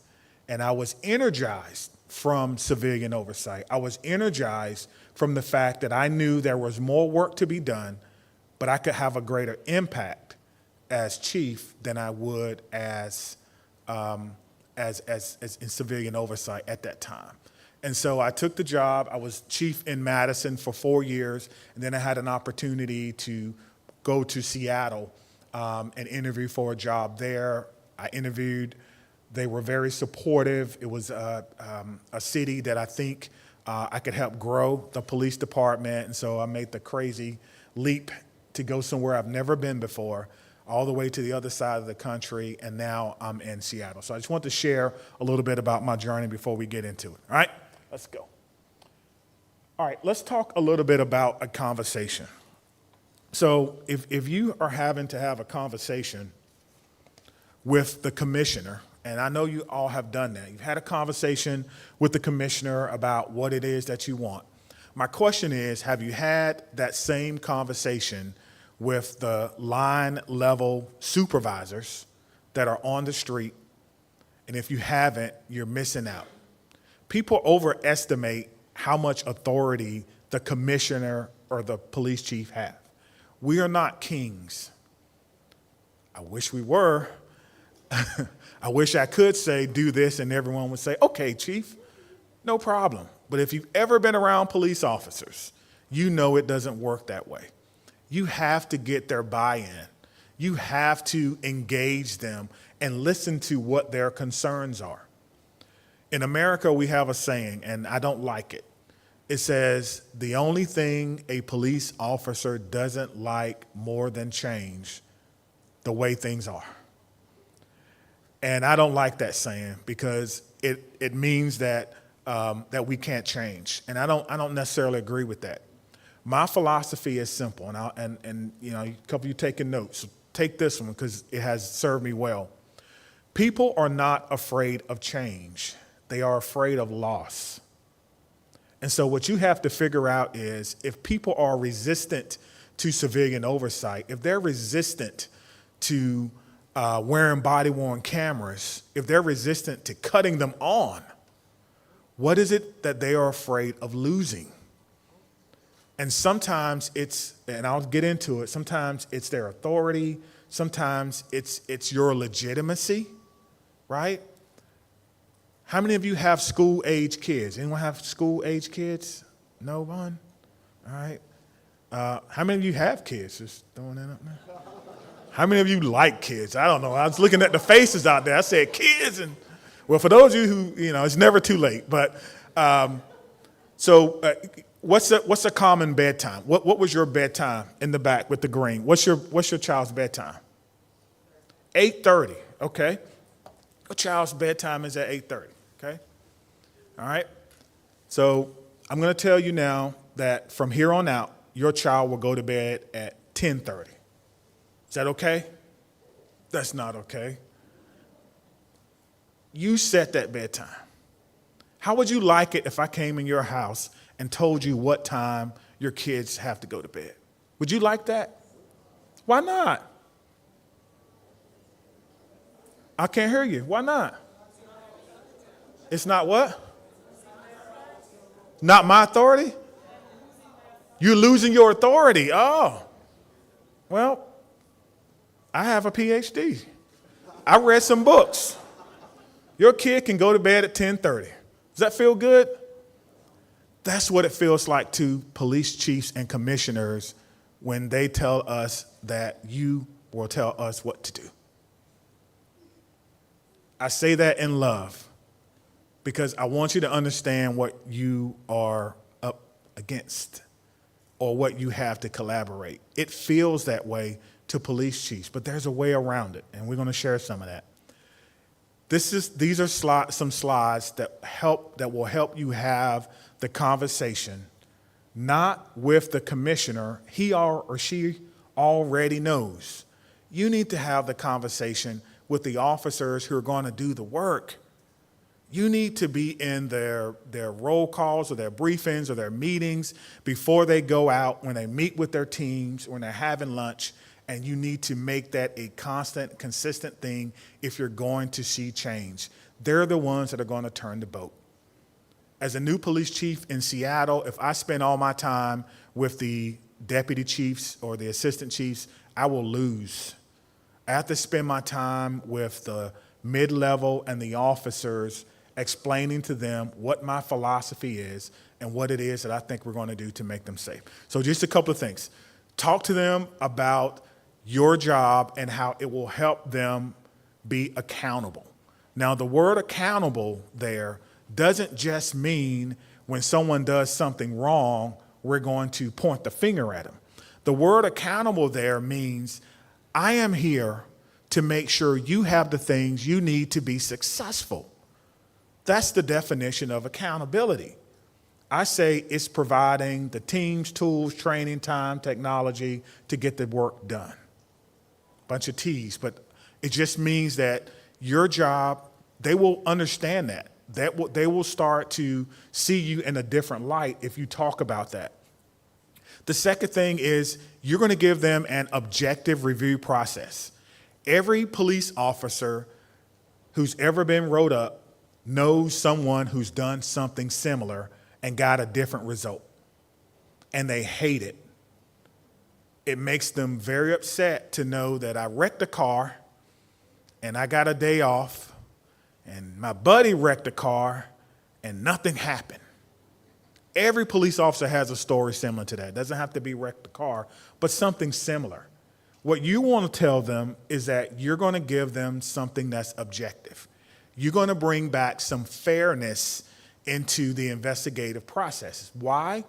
Because you didn't go to the academy with the person that's investigating them. You're independent. And that happens sometimes in policing. Well, this is my buddy. Now I got to investigate my buddy, and I know he's a really good guy. It's a good girl. It's a good officer. I know what they were really thinking. You don't do that. That's called subjective. You're going to be objective. And police officers will buy into that. So that will help you frame the conversation. Did I move? No. All right. I feel like, oh, okay. You know why? I'm looking at my screen, and the other one's moving, so I apologize. Oh, there it is. Trust and legitimacy. We had this conversation. Legitimacy. Legitimacy is defined as, why do people obey the law when no one is around? That's the measure of legitimacy. When people come to that red light or stop sign or whatever it is, and they actually stop, and there's no police officer there to inform their decision making, you have a legitimate department. When people are obeying the law and you're not there, that's less work for the police officers to do. It makes their job easier. So in this point, what you want to tell folks is that through your organization, you're looking to make them more legitimate. You want people to be able to be partners and do the right thing without you having to be there. That means that's less time you have to spend on something small and more time you can spend on bigger things, such as violent crime or something to that nature. Along this point of trust and legitimacy is literally bridging the gap. And what that simply means is there is no question that there is a disconnect in the entire world between police and the communities that they serve. An independent investigatory agency or oversight agency can be your mouthpiece, if you will, for ensuring that everyone understands what you do and what you don't do. And that's what you want to be able to tell these officers as you're talking to them. Transparency. Police departments have historically been, and this is a phrase we use in the U.S., a black box. That means you can't see in it and you don't know what's going on the inside. That is not good for policing. You need to let people know through your agency, your organization, what you do and what you don't do, especially around the use of deadly force. Most people in the community, they don't know when an officer can use deadly force or when they cannot.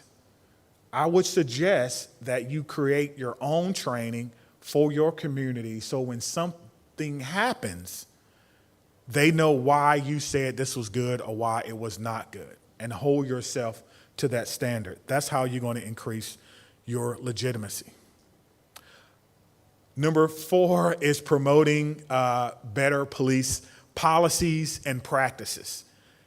Most police departments, they want training. They want good training. They want to know that they have the best equipment, the best cars, if you will, the best uniforms. I don't care what it is. Police officers like new and shiny things. Give them something to be proud of. Give them something to be proud of. And they will, again, move in your direction. Often that may mean training. That may mean looking at best practices. And I want to tell you now, my department is in Seattle. We don't do everything well. No department truly does. But if there's something that you want to see that we're doing, whether you want to see our training facility, or if you want to see how we train or attend a training, call me. You are welcome. So now everyone in here, you have no excuse. You have a conduit to some things that we're doing well, and I know almost between me and Marcia, we know probably every police chief or major police chief in the country. So if now we don't have any money, so we'll have to buy your own flights, and whatever you do, carry on. Don't check your luggage. But if you want to come to Seattle and you want to see something that we're doing, if you want to look at how we do oversight, you are more than welcome. And I'm extending that invitation to you. And if there's another city that you would prefer to go, let me know, and we know someone there in that city, and we will make that contact for you. And when you do that, by the way, everyone likes to bring commanders, right? I've had the country of Jordan. They came to Madison because they were interested in how women could work on patrol. Now, don't you think about this? That's not something that we probably think about, but they've never had women on patrol. They know that in Madison, Wisconsin, 28% of our workforce are women. Nationally, it's only 12%. So when they reached out to me, I said, yes, you can come. They brought an entire delegation of folks, and most of them were all commanders, higher up and higher level, and we allowed them to ride in a police car with female officers, and in their mind, they're like, oh, that's how it's going to work. You know how it works? The same way it works with men. They came a long way for me to say that, and I appreciate them being there, but it was a great experience for them. Now, when they went back, I was pleased to find out later in October that the king said women can now go on patrol, and they did that because they came to visit.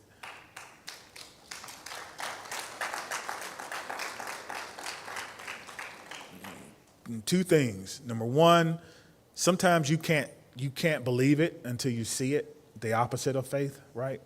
And then number two, it's got to be good to be a king. It's got to be good to be a king. I don't know. Excessive force. Excessive force happens when there's force, right? So if you can reduce the likelihood that there is force, you also reduce the likelihood that there's going to be excessive force. So what you are doing is you're making sure that people think twice about what they do. And I'll give you an example.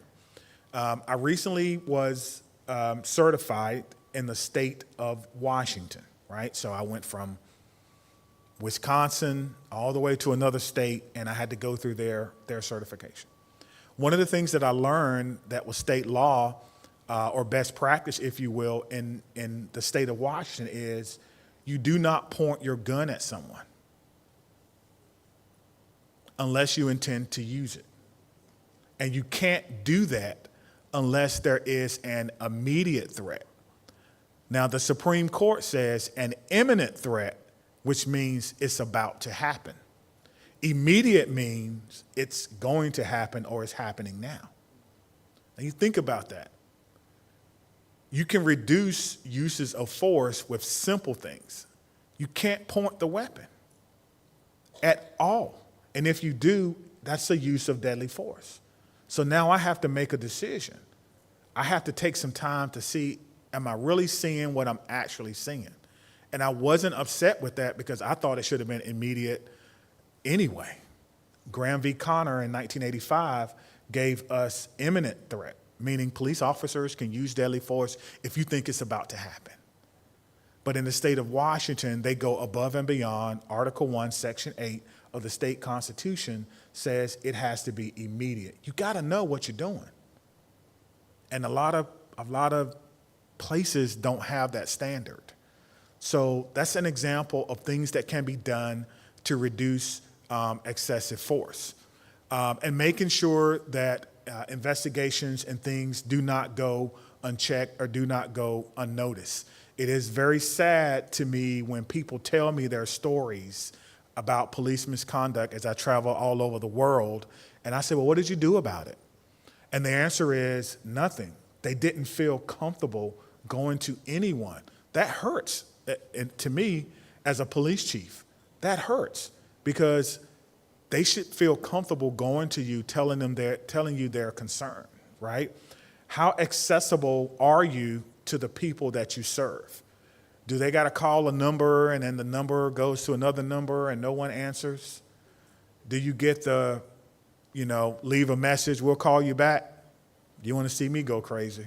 I don't even call businesses anymore. I call it customer unservice because it's not customer service. We'll call you back. They're never going to call you back in most businesses.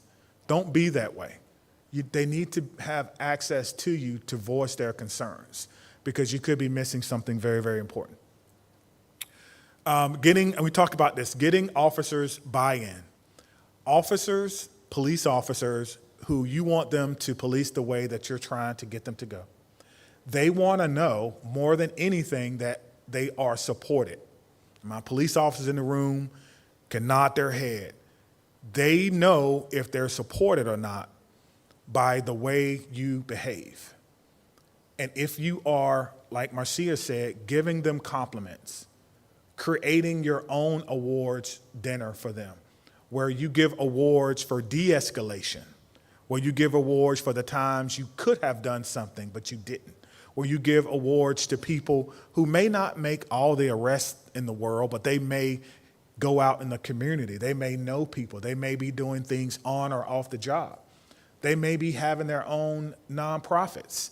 My best friend and I, we created a very small nonprofit. We're not trying to collect money or anything, but the nonprofit gave food and supplies to a domestic abuse shelter. Because we went there on a call one day and we found that when people show up, babies didn't have Pampers, the sizes weren't correct. Sometimes, people were trying to figure out how they're going to put their meals together. And it's like, no, we can't do that. We can't do that. And so my friend and I, we both like to party. He's a DJ, and I know a bunch of people. And we had one event. It was called Costumes. And everyone came in October, which for us is Domestic Violence Prevention Month. We invited everyone we knew from public safety, firefighters, police, and we charged them some money to get in, and we gave 100% of the proceeds away to this organization that helps people. When officers do stuff like that, they're not going to look for recognition, but you have to go out and look for them. And then you need to highlight those that are doing the right thing. That's how you're going to get buy-in from them. Otherwise, they're just going to see you as big brother. Someone showing up saying your kids can stay up to 9:30 and you said they got to go to bed at 8:30. Marcia talked about legal battles and lawsuits, so I will skip that. A broader sense of police reform, right? Of course, since 2020, everyone is talking about police reform. Not many people have defined it. I will just leave you with this slide. You have to define what police reform looks like. We've been talking about police reform, police reform, police reform. What does it mean like? Reform what? How are you defining reform? Does that mean I got to change my uniform? Does that mean I get a better car? Does that mean that you're going to make sure that no one ever doesn't get charged with a crime because this hasn't happened before? Well, I don't want to be the test case for that. So I'm not going to do anything when I come to work. I'm just going to get this free money. That's not what you want to create. My advice to you is on your websites, if you have the word reform, but you do not have a definition for it, take it down, take that part down, and then define it so that when people see police reform, they know what that means. I use the word accountability. I don't use reform a lot, but when people ask me about accountability, they know what it means. My job is to give you the tools, training, time, technology, and team to get your job done, right? Meet the expectations of justice and fairness. These are some things that they should see. I'm gonna give you 4 things that they should see in your investigations. If they don't see this in your investigations, you got some more work to do. The first one is voice. Did the officer or the employee have the opportunity to tell you their side of the story, not under pressure? I didn't say interrogation, that's not voice. But did they have voice? Did they have an opportunity to tell you, well, we've been dealing with this problem forever. I tried to get some help and no one helped me. This person has been coming at us with a knife for 3 times. I told my supervisor that he had mental health issues and no one did anything, right? Give them an opportunity to tell you exactly everything they felt at the time. That's voice. The second thing is respect. Even an officer who you know may have missed the mark will respect your decision if you respect them. And so putting their face in the paper without giving them a courtesy call isn't respectful. If you have to give out their name, that's fine, do that. But at least give them or their teammates or their supervisors a call. Hey, we're going public with this.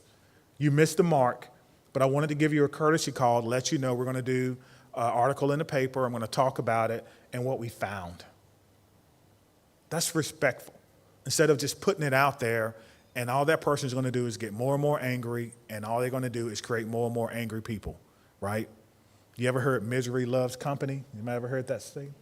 Well, that's technically not true. Misery doesn't love company. Misery loves miserable company. People who are miserable want to be around other miserable people. They don't want to be around, how's the wife doing? Oh, she's great. This morning, got up, she made breakfast. We went for a walk. We had our daily devotional. I have the greatest wife in the world. Okay, all right, see you later. Like, they want to know that they're miserable too, right? And so officers are the same way.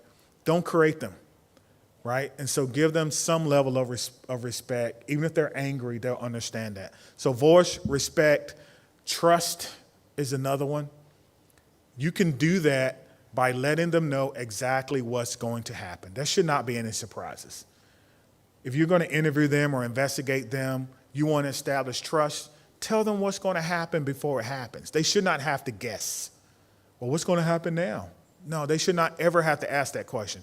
You should tell them, you know what? Well, Officer Barnes, you had some issues. This is what we saw. This is what we went through. We're going to do an investigation. We're going to do this. We're going to do that. We're going to do this. We're going to do that. And so they know, right? And so that's the issue of trust. And the last, which I think is the most important, that I'm going to end on this, is decision neutrality, okay? Decision neutrality. They need to know that no matter where they work, no matter who their boss is, or how important that person is, that anyone who does what you just did will get the same thing. That is very, very important. So let me end by just saying this. It is possible to create a meaningful partnership with your law enforcement agencies. It is possible. But it takes some strategy, which means that you need to know what to do first, second, and third. If you're playing chess, you can have a plan. That may be okay, but a strategy is a little bit better because you're anticipating things that may happen. I've tried to give you some of those things to anticipate here today. And one of those things is that you need to be talking to everyone in the agency, not just the commissioner, not just the chief. They can't do things, we can't do things by decree. I wish we could. I wish I could say, treat everybody nice, be nice, and everyone will do that. I wish I could say, shine your boots, and everyone shines their boots. It just doesn't work that way. You have to create your own buy-in by creating a system that's fair and just that they understand. Spend time talking with those line officers, hearing why they don't trust you or why they don't think you're fair.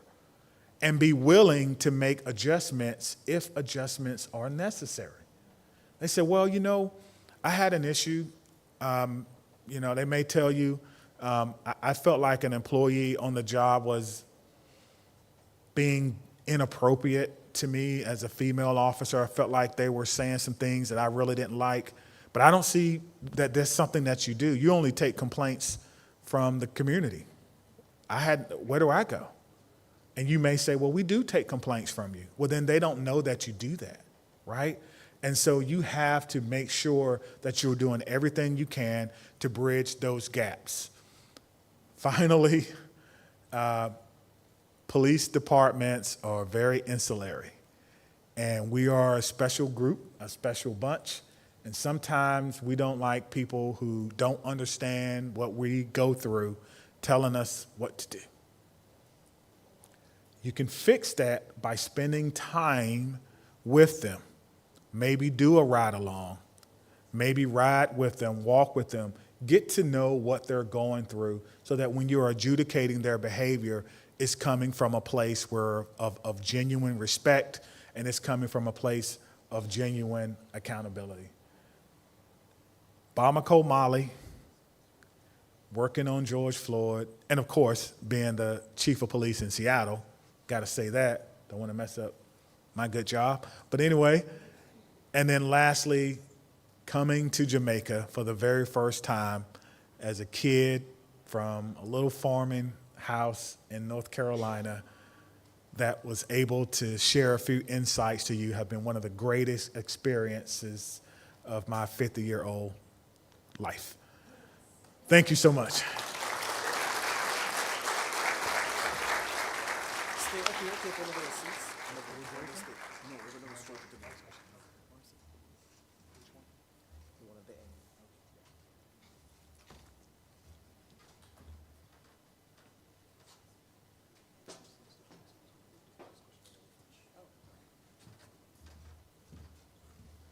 All right, so we've changed the program because it makes practical sense to just do the panel discussion now, and then when we finish, we can still trap 1 p.m. and we can have refreshments afterwards, and then you can keep your schedule that you programmed for a 1:15 end.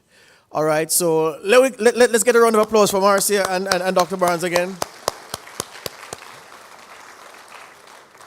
All right, I am inviting questions from the audience. I don't want anybody to be shy. And, sir, okay. Is your microphone there? Can you check if it's on, sir, please? Hold on. Can you just sit for him? Thank you.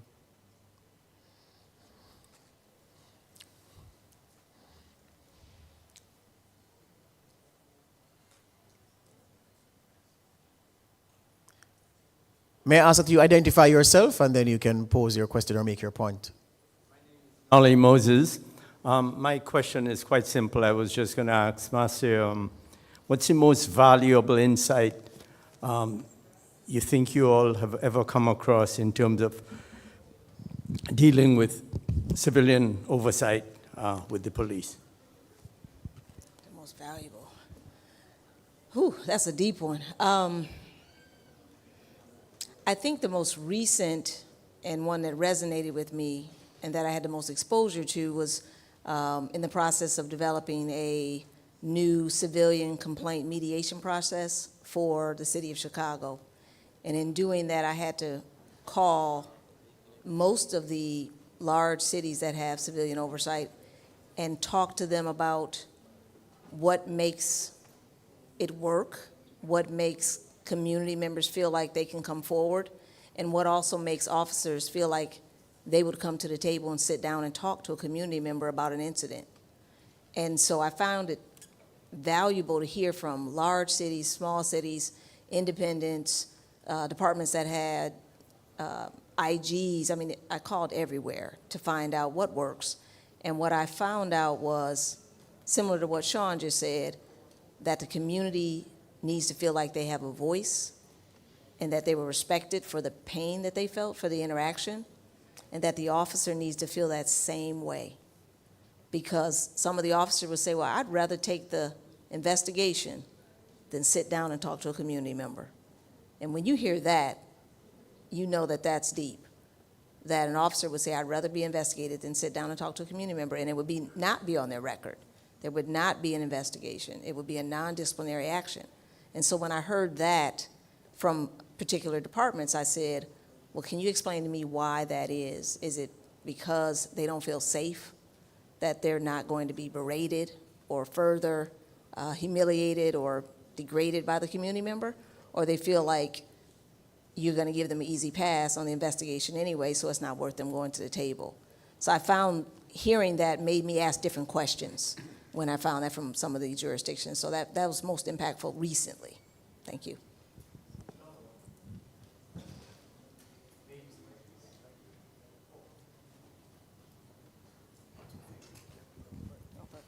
Hi, my name is Alexandra.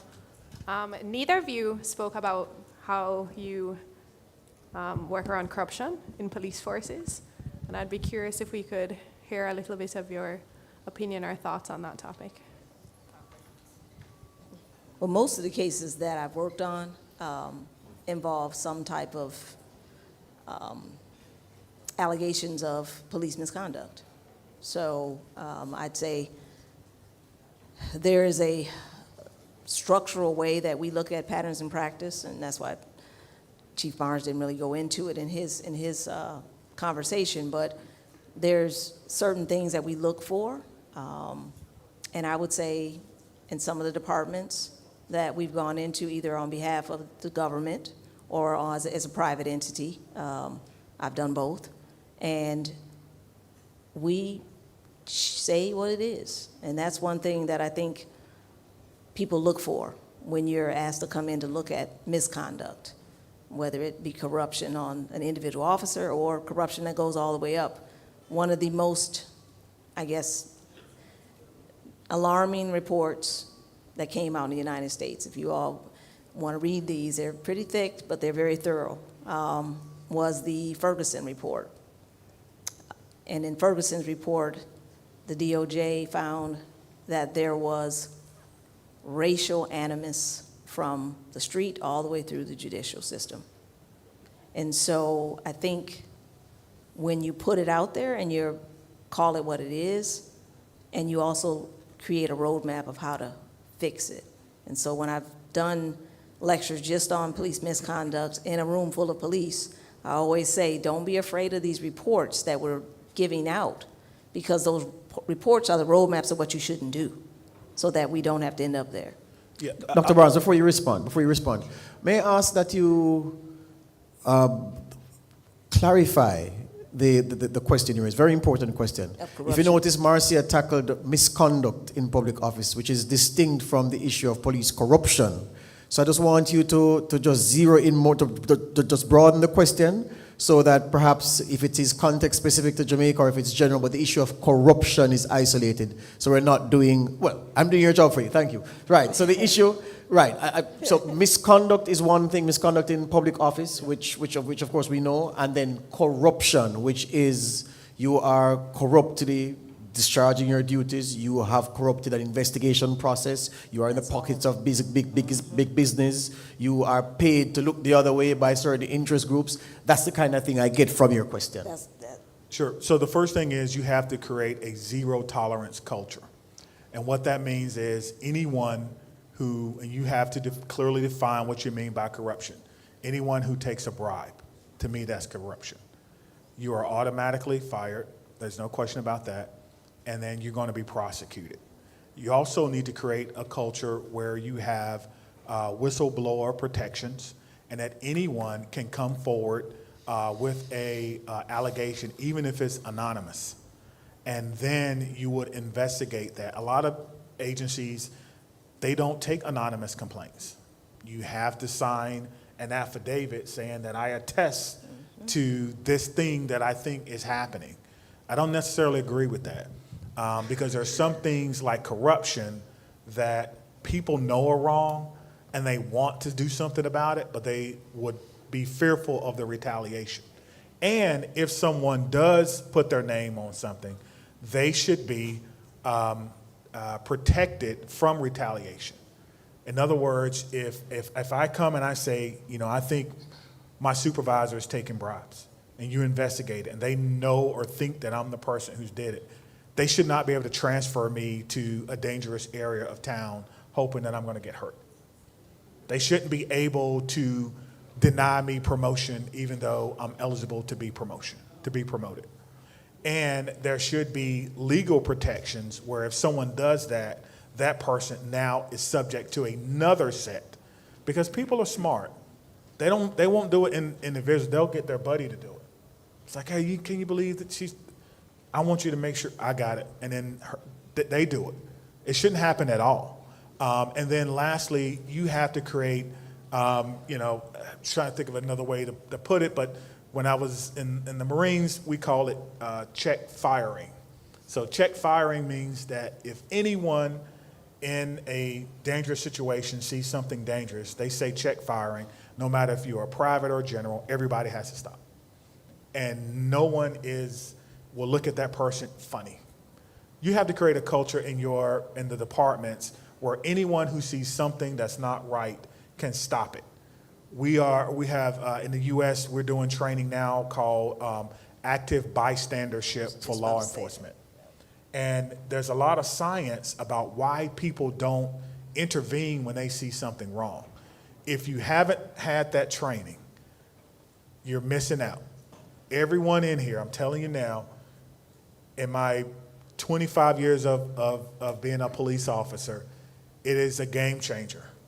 It is the one training that I think could be as close to a panacea to stopping corruption and police misconduct that we've ever seen in policing. Why do people do nothing when they see other people doing things wrong? And that training gets into the psychology of it, the fear of it, the courage it takes to do it, and then it teaches you how to create a culture in your agency where not only it's your duty to intervene, you get in just as much trouble as a person who did the thing if you're there and you do nothing about it. It's a game changer, in my opinion. And on that point of game change, sorry, Marcia. I want to add to that because I'm actually one of the able instructors, and it came out of what we would say in the United States was one of, and people from New Orleans would say this themselves, but one of our departments that was considered to have what you would now define, the way he was defined it as corrupt officers. And that training that Dr. Barnes just talked about was created in New Orleans out of their consent decree. It was called EPIC then. I think it was Ethical Policing is Courageous. And then it got morphed into ABLE. And so I actually teach ABLE across the country and am one of the national instructors, so I 100% concur with that training. And it is offered mostly free. Yeah. So if you all want some able folks to come out, I might volunteer to actually help come teach that one. But they put that out for our instructor cadre. So that is something that I definitely say came out of a department that was notoriously considered to be corrupt historically, and New Orleans is now a beacon because of that training. And on that point of the program, though, may I ask, of course, I don't doubt the efficacy of the program, as both of you articulated, but the basic human condition, especially in a team dynamic, is that if you see something wrong, you calling out that something wrong means you are not with the team, or you are acting to set yourself apart from the team, which is team busting, which is not good for camaraderie. And again, we're not animals, but we are the herd mentality and wanting to conform with the group kicks in. How does the training posture to conquer that? Very important thing, I believe. So the training goes through studies that were done on this particular topic of active bystandership that goes all the way back to the 60s. One is a study where they put someone basically connected to electric probes, and the authority figure, you know, talking about the authority figure said, give them one shot, go to 1. And the authority figure said, go to 2. Most people went all the way up to 4, even though the other person, who was an actor, by the way, was screaming and yelling on the other side, and it was about the authority of that person, right? And then there was another study, and I like this one, where people were going to do an interview, and they made them late. And so they're going to this interview, and there's an actor that appears to be in distress. And people were not stopping, because when you're in a hurry and you're rushing, you're less likely to provide help or stop when you're not. So it teaches something about slowing things down, concentrating, making sure you have the appropriate time. There's a bunch of other studies that surround every excuse as to why people would not or would do nothing if they see someone about to do something that, as she stated, is corrupt. And it's about giving them encouragement when they do the right things as well. And I think the other thing that I want to add is, and myself and a couple other chiefs, we talk about it's tagging your teammate.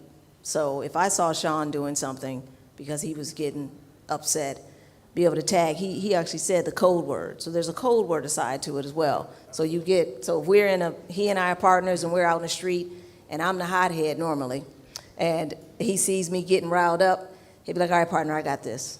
Physically may touch me, that's gonna bring me down. That's also our code, that you're getting out of control and you're about to do something that may get us both in trouble, our department in trouble, and more importantly, you may get fired as well, and you may cause harm to someone else. So that part of the interaction is also in there, that you're tagging your partner, that teamwork. This is part of the teamwork, is that I'm letting him, or he lets me know, you're getting elevated and I can take over for you. So I'm helping you out. Must be some study to conquer the real human element of squad mentality, and you know what that means in police dynamics. Any other question? Yes, sir. Lady, you allow the lady first? You're a gentleman. Oh, there's a lady there. Yes, ma'am. Good morning. Or good afternoon, rather. Afternoon. Elizabeth Ward, Violence Prevention Alliance, Jamaica. Really, what I wanted to ask Dr. Barnes is, how do you build trust when there is very low levels of community trust? What do you find are the most essential ingredients? You mentioned it, but I think we definitely have a serious challenge in Jamaica, and especially in certain communities. And how do we change that on a larger scale and sustain it? Thank you. Yeah, I think that when it comes to establishing trust, is a question I've gotten a lot, and my answer has kind of evolved over time. But there is no easy answer to it. You assume that it's not there anyway. I think when we say low levels of trust, some communities, especially in the U.S., it never existed. You know, my grandparents went through a different life than I did, right? So it never existed. And so you need to start by, number one, you need to voluntarily give information before people have to ask you to do that. It's not trustworthy when people have to come to you to ask you what happened with this. You have to be your chief or whoever, they have to be a good communicator. You have to listen, and you have to acknowledge other people's pain. You know, police departments, especially, they don't want to do that. They come and they say, hey, we had this thing, and they go, yeah, but you can't do that if you're trying to establish trust. You have to give value to what people are feeling. And you can't always look at whether or not there's no crime or high crime as a measure of whether you're doing well or not. And whatever is your obstacle, that's the way forward. So if you're trying to figure out violence prevention and you think trust is the issue, that's the way forward. If you can fix that problem, you'll see some of the other things that will go down. We know that. Marcus Aurelius, right? The obstacle is the way. That's how you do it. You look at that thing, that's the toughest thing to do, whether it's communication, whether it's going, hey, I've been there. I got to Salisbury from Greensboro because of a bad law enforcement shooting, if you will. Bad meaning the community was very upset. And I went to those meetings with the chief, trying to help him build trust. And sometimes we just sat there and let people yell. And I remember one day I said, hey, we got another meeting. You going? He said, I'm not going. He said, you can go if you want to, but I am not going. I said, okay, chief, take a break. And I went and I listened. But the more you show up, the more trust you can build. Mm-hmm. They have to know that you're there for them, mm-hmm. and that you're there for them for the long. Hear you. Susan? Okay. I can wait. This one? Right. I wanted to respond from the perspective of the PCOE. What we have always pushed for in the JCF is for you to follow the standards and procedures. When people see that you follow the rules, then it brings about a sense of predictability in the process. So I know if I go to a station, this is what my expectation is. And so what that starts to do now is to develop that sort of trust in the system, because I see this is the expectation and this is what is going to happen. So we push for persons to follow the rules, mm-hmm. and follow the procedures. All right. Good afternoon. My name is Susan Goff, and I just wanted to say, I mean, we all know that body cameras are not a magic wand, but I wonder if you could say something about the role that they play in oversight, particularly where there has been the use of lethal force. Thank you, Susan. Yeah, so you saw Greensboro up there. So Greensboro was the first department in the country to give every officer a body-worn camera. And I was 100% against it. The chief walks in and says, hey, we're gonna do this thing with this company called Taser at the time, and they're gonna do body. I said, no, you're going to destroy the trust that we have in the community with body-worn cameras. I said, absolutely not. Well, I didn't say absolutely not to the chief. I was like, can we think about this? And he says, yeah, you're gonna be on the committee. And so I started kind of doing my research and talking to a lot of people. And interestingly enough, I started talking to defense attorneys, public defenders, people who don't make a lot of money but are very smart, very competent, but care about people's legal rights. And they said, this is the right thing to do, because I want to be able to defend my clients, but I also want to be able to tell my clients when they miss the mark and that they need to be held accountable. It's going to make everyone's life easier. It was actually my conversation with defense attorneys which pushed me to the body-worn camera. But you're right, it's certainly not a panacea. I think if you have them, you need to think about how quickly you get the footage out to everyone after a critical incident. That's going to help you with trust. I think you need to think about the cost. I have to do that, even though I know all of these companies and their CEOs. You got to think about the cost of the storage, which is a lot. And in Madison, we did not have body-worn cameras. And I don't think it's necessarily because the community trusted us. They wouldn't let us have them. They say, well, Chief, if you have, $10 million to spend on body-worn cameras, then you can invest in our nonprofits and we'll go out and we'll do the work. And we'll make it so you don't have to shoot someone. I don't know what the answer is. But I do believe in the product. I do think it has been a game changer for holding people accountable who, quite frankly, would have never been held accountable. I mean, you think about some of the atrocities that I know have happened in the U.S., including in my own hometown. In the 60s, my church was burned to the ground by members of the police department, allegedly, right? So I know exactly what I want to see for accountability. But if you can't get the footage out, if they're not turning them on, there's a problem. And if you're not looking for good things and for bad things, then that's the problem. They can't just be on the body and then that's that. So I will say, look at your policy. There's some model policies that are out there that are really good. Adapt it, make it your own. But officers need to use them. I don't believe they need to be on the whole day. I've always believed, number one, that's too much storage, that's money you're wasting. But they need to be able to cut it on if something happens. If they're called to something, they have to do police action. You cut it on. When you're done, and only when you're done and ready to move on, then you cut it off. Yeah.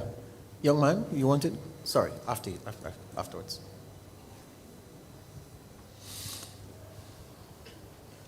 A pleasant good afternoon. Afternoon. My name is Commander Mitchell, and I am a student at Deepoma Community College. My question is, how can civilian oversight boards ensure they remain impartial while effectively addressing community concerns? Thank you. How can civilian boards remain impartial? I think impartiality it comes up a lot with civilian oversight, and I mentioned that when I was talking about the relationship. We're encouraging collaboration with the police, but sometimes that's seen as like you're aligned with them.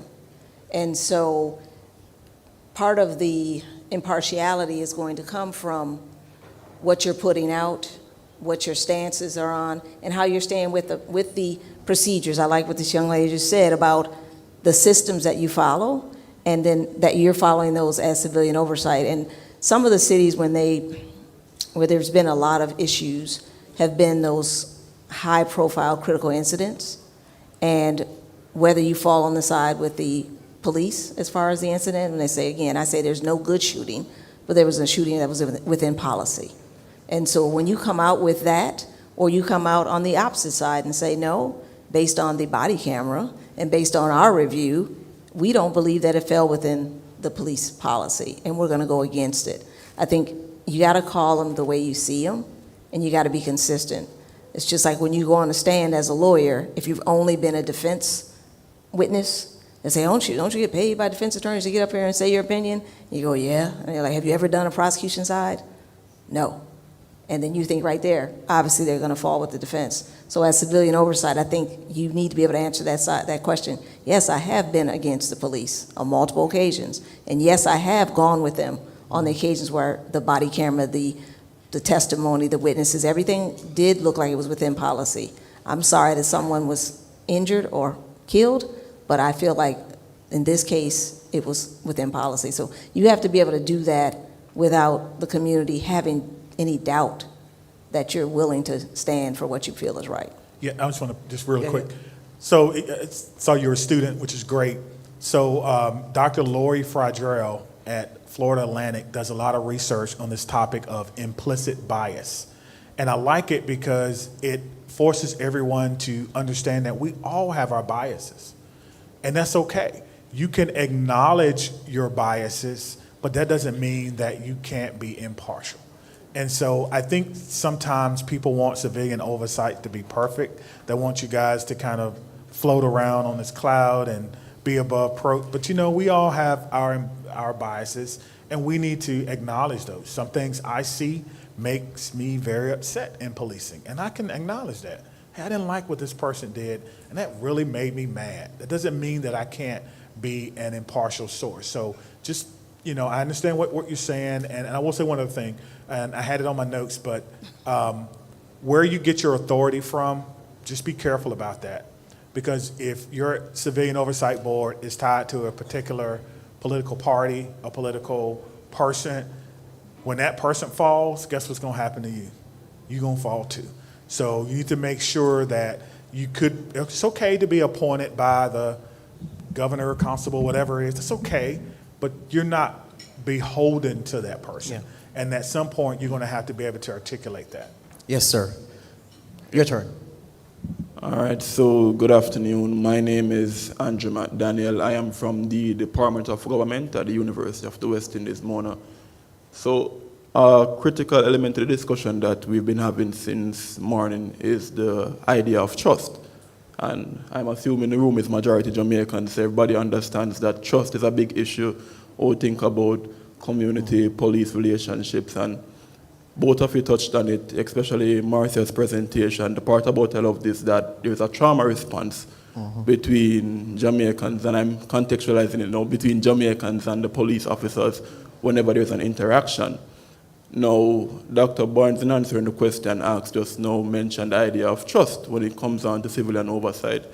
But the thing about Jamaicans is that our trust has to be renewed, right, because of past injustices. So what I want to ask is that, has there been any case that you guys can identify where in a particular community you had to go in there and kind of repair relationships between the police and that community before you began any form of community policing program? You had to actually go in there first and address some of those grievances before you began community policing.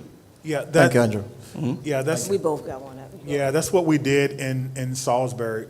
I got that job because the police chief called me and said, hey, he had heard me speak at something and said, hey, I have a problem, can you come help me?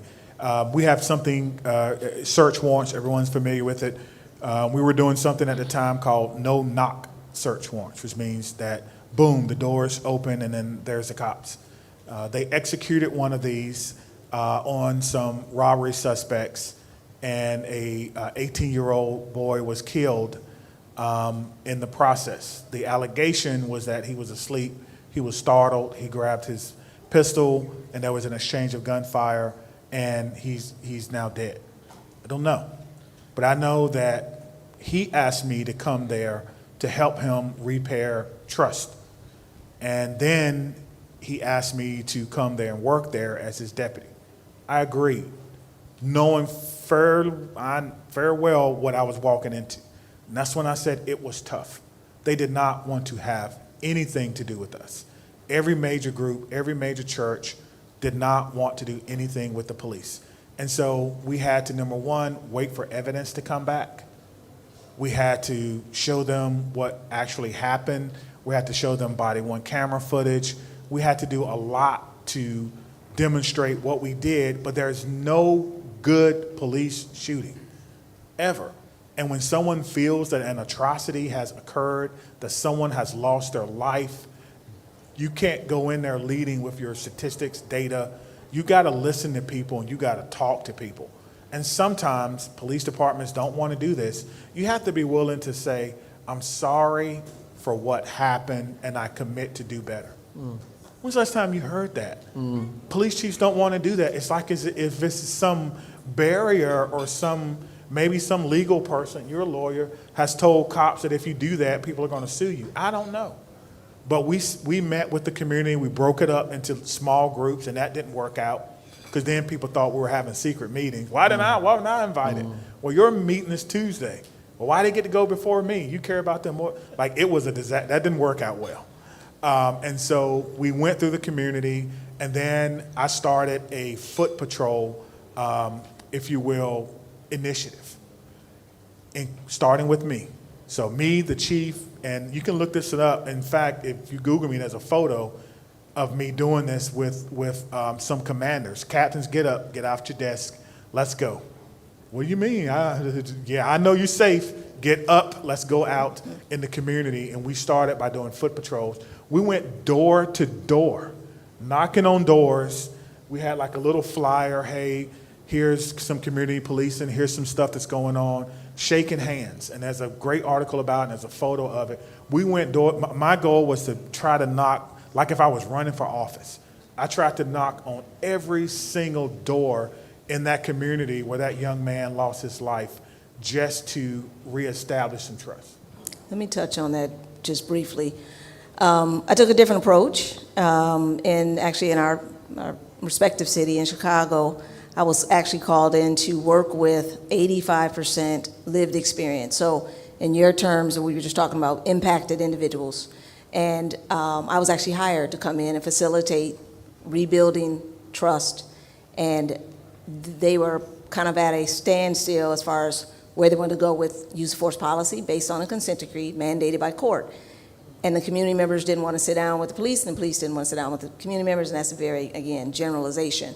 But getting them to bring folks that actually had been impacted by police violence to trust the process, one. So we had a lot of dialogue about who was going to be invited into the space. They were all trauma survivors. Either they lost a loved one or they themselves had a relative that had been killed. So each of them had been impacted. And then get the police to say, I'll actually come in there also and sit down and have a conversation around policy. So we were creating the use of force policy together. I think it's the first, maybe one of the first in the country where they've had lived experience people co-create a policy. But creating the process of how to do that with all that history was what I was hired to do. And aside from we could have just done taser policy, they picked use of force. I said that alone was enough to make the people traumatized just thinking about how we're going to go through all these policies. But one of the things that happened, which I don't know if we would have added this to the process, was the same week we were going to start, George Floyd happened. So we already had a series of incidents that led up to that, and then George Floyd happened. I knew it wasn't the right time for us to go into that space and start talking about use of force. So we actually hired people to come in and do, now I'm not saying this is a process that would work everywhere, but we actually came in and did healing circles with the people on the policy committee, because they were all hurting. The police were hurting. Everybody was hurting. I was hurting. I was like, I can't believe we're about to go do this after this just happened. So we did racial healing circles with each other, and our police counterparts came in there with us. So they actually got to bond in the circles together, talking about how they lost loved ones, how the police had to respond to these incidents, and we spent that time getting to know each other, which again, I don't know if we would have done that if George Floyd hadn't happened the week before we were supposed to start. But we took the time to get to know each other as people and the loss that we'd had, and then also the police. No one wanted something like that to happen in their city. No one wanted that to happen in law enforcement. So they were able to have some empathy about loss as well, and that helped us heal and trust each other to even start that process. And that was a long, almost a year and a half process of trust building throughout, but that's what we started with. Yeah. And I think that really helps. All right, great. Let me take her at the back and then you, sir. Thank you. Good afternoon, Shani Graham. Question for you, Dr. Barnes. What's your perspective on how the police can balance policing in an environment where there's so many oversight bodies and a high stress crime situation? So they need to do the work, they need to police, but then there are so many oversight bodies. It's good. You can do the work, right? You do not need to be focused on the oversight body. Like when I was working the street, I worked a very rough area. I never was worried about oversight. I was never worried about internal affairs. I was only worried about doing good work. For the commissioner or chief or captain, commander, you have to define what that looks like for them. My folks would tell me, go out, do your thing, make sure you're treating people fairly, make sure you're not abusing people, make sure you're safe, you're protecting folks, and I, as the commander, will worry about oversight if that is the case. They need to be focused in on being safe, because if they are safe and they have the tools to be safe, they don't feel threatened. And the problem is we haven't given them that definition. We haven't given the officers the tools, so then they go out and they go, man, this area is bad. We had a shooting here. You know, a kid was hurt. This was hurt. That was hurt. I don't like it. I want to do better, but I don't have what I need to do better. That's on us as commanders and as oversight. And when you go around, like I told you, and you talk to them in their briefings, what do you need to do your job better? Well, you know, we need more people. I'm going by myself. I feel threatened. I don't feel safe. And then bad things happen. Well, he told you that they didn't have enough people in this particular beat. Commander should have fixed that if they can. Or they should have created policies where you go together as a team, or that you work together as a team. Something that police departments used to teach a long time ago, I hope they don't teach it anymore, is contact and cover. That means I go to a problem, I'm the contact, she's the cover. Her job is to watch my back. My job is to do all the talking and everything else. We don't do it that way anymore. You know who does the talking? Whoever is best at it. Whoever has the best approach. Because there may be time when I'm talking and I'm feeling threatened and things doesn't go well, and then she steps up and she's like, oh, I got it. Now I'm the cover and she's the contact. So just little things like that can be game changing when it comes to whether or not a police officer feels threatened and may want to use deadly force. 'Cause that's what we're talking about here. How do we prevent police officers from killing community members, right, unjustly? That's what we're really talking about. And a lot of it is about how we respond. All right, sir? You've changed? Okay. Ma'am?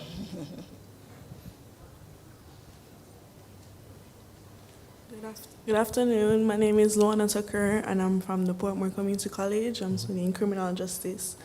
The question that I have for you guys today is, does having a generational gap ever aid or hinder the relationship between the environment and the police? Because as you said earlier, that many of the problems with the environment, the community, and the police stems from like generation of like,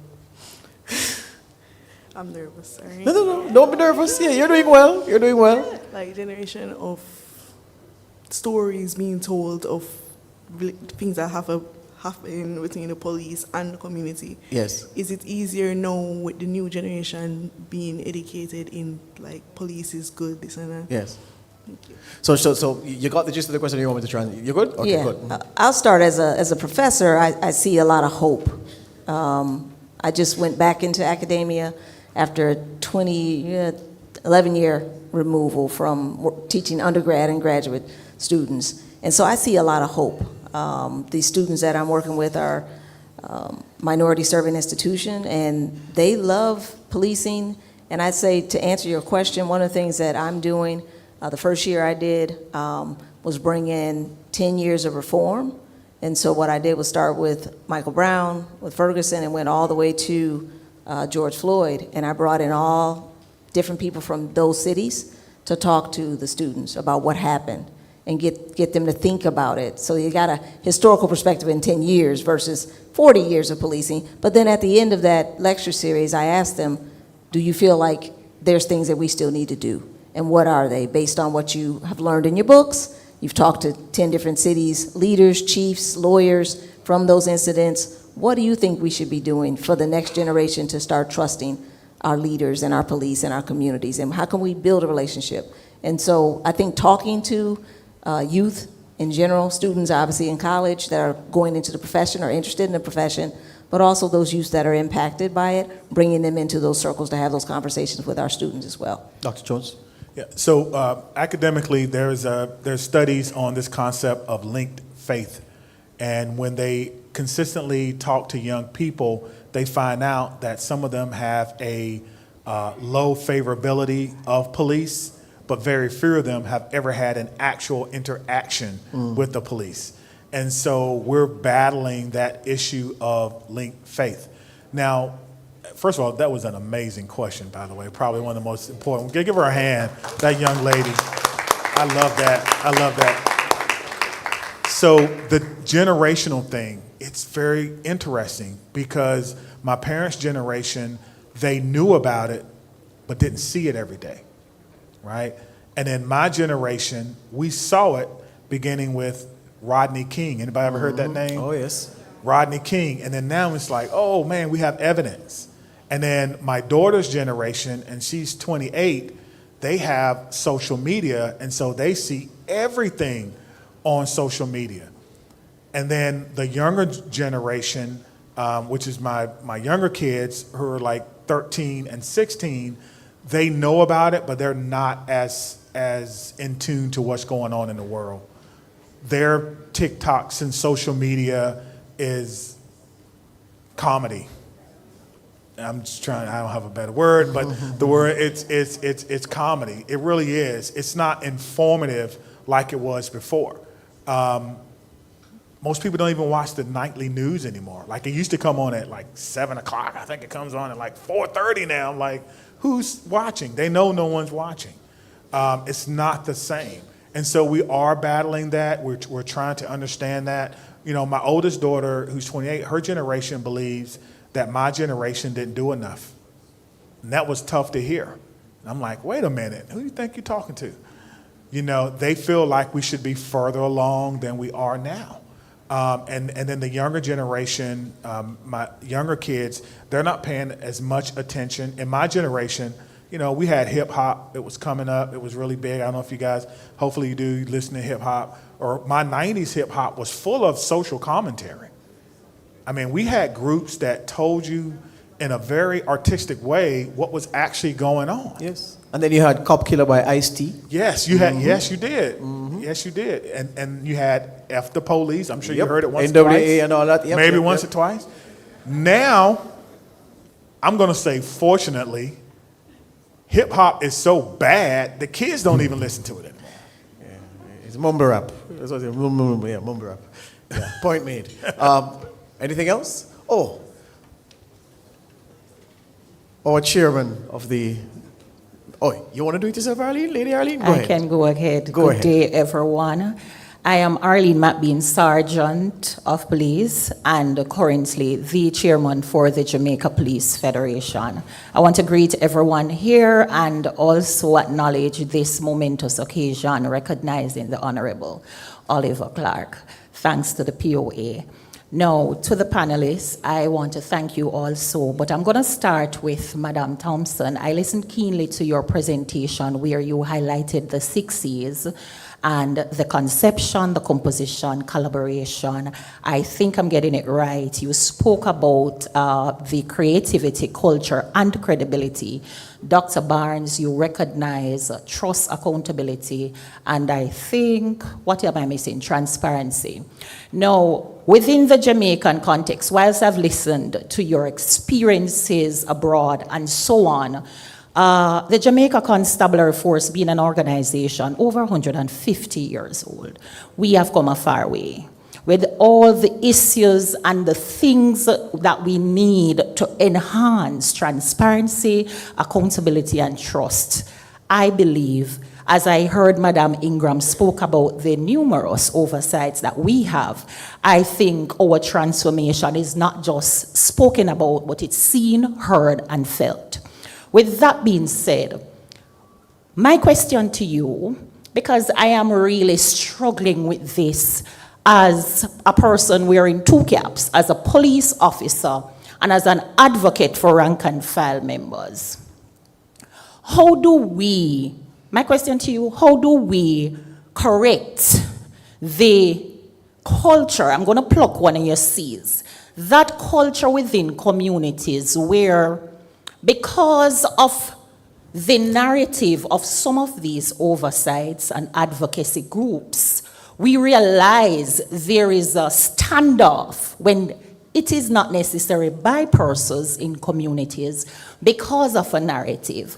Now, persons will have biases on the left and on the right, and I'm not speaking about the issues that we face in terms of crime fighting. No, I'm talking about community-based policing. So we have a number of initiatives in Jamaica. How do we reach to the community to say that, yes, you have heard the narrative, we are here to correct it? And I'm talking now, sir, because I know both of you must have done your research about this beautiful island called Jamaica and what we are facing. How do you correct it? What strategies can we use within this country? And the second question, and then I go to my seat. Police, I always tell my colleagues on any public platform, have respect for the citizens. And I flip the script and I say that the citizens must have respect for the police. Now, once we have the tools, the training, and the know-how, we will do it well. But again, the sea of culture is a big issue. And sensitization is critical. Now, when it comes on to citizens abusing police, police abusing citizens, How do we reach to that level of threshold with a unified approach and plucking out of the sea, collaboration with police, oversights, advocacy groups, and other law enforcement agencies in Jamaica to make it work? Because there is a push and pull with the narrative, and if we are to be true in this island, there is a blame game syndrome that exists, not just on one side, but on many sides. So you are the experts, and I anxiously want to know your perspective. Don't move, Sergeant. Hold on. Are you clear on the two distinct questions? Both of you are very clear. Marcia? You want her to restate the first one or the second one? Yeah, and the second one is, restate again, Sergeant, the second question? The second question is, citizens abusing police, police abusing citizens, and I pluck one of the C's of collaboration. What can we do to have that unified approach, collaborative approach, the media as well, for everybody to plan a day, reach out, what do we do, what do we say, guide us? Because we struggle with that in Jamaica. Hear you on that, loud and clear. Thank you very much. And Thank you. Based on the time, that double bill, and a very engaging two, that would be the last two before we do the presentations to my guests and our guests, and then we head outside for some refreshments. Thank you for that, Sergeant. All right, two good ones for you to end the question and answer. Let's go. I'm going to touch on one part. And I'm actually going to steal from Dr. Barnes on this one.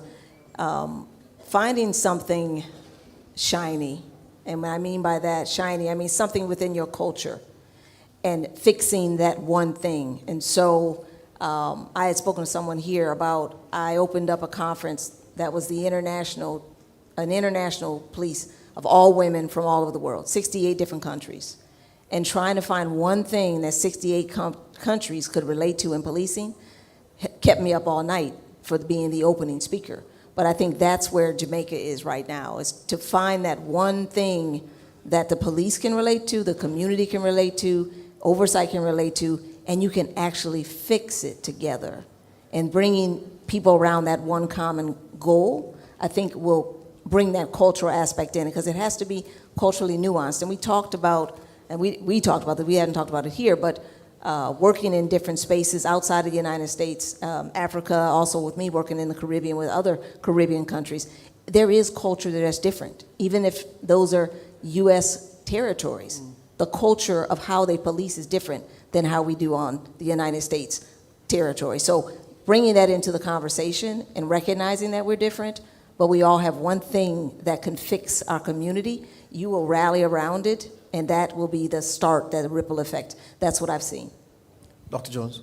Yeah, so I'll make it really, really quick. The first thing is, I would suggest that each of you create a strategic plan for 1 or 2, 3 things that you want to do. Number one, what's your strategic plan for building trust within the community and within the police department? Number two, how do you make sure that your investigations are timely? And number three, how do you make sure that they are thorough? And with that strategic plan, have a component to where you're reporting back to the community about your progress, about the things that you do well, your strengths, your weaknesses, your opportunities, and your threats. Everyone knows what a SWOT analysis is. I would say do that. To the issue of culture. Culture is what you allow. It's not what's written down. It's not what's in the policy book. It's what you allow. Every police officer in here knows that when you go on the job, they say, forget about all that mess you learned in the academy. Let me show you how it's really done.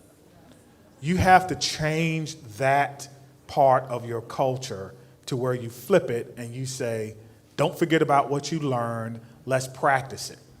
When you do that, then you can help change, I think, the culture of your agency. Well, and with that, folks, we are at the end.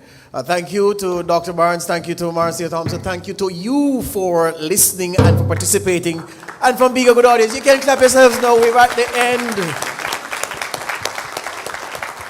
All right. Just sufficient time for me to say that a lot to chew on here. At the very end, we got some important things to consider where cultural change is concerned. And again, I just go back to something I said at the top. the fact that we have problems to solve doesn't mean we should throw our hands up in the air. I mean, it's a human condition to, oh my God, there's a problem.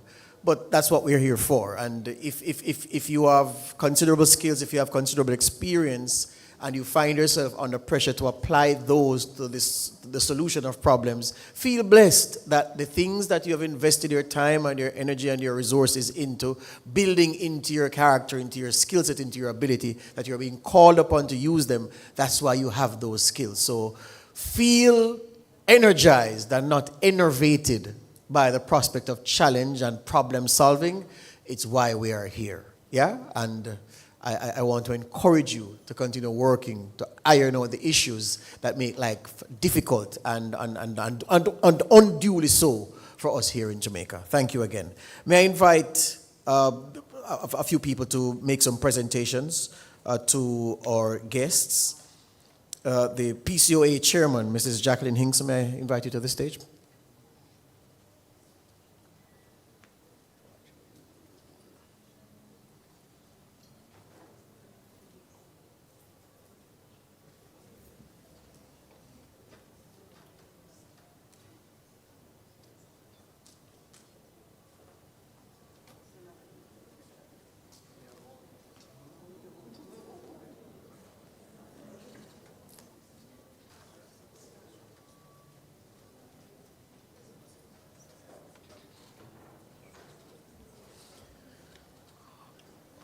All right. The first presentation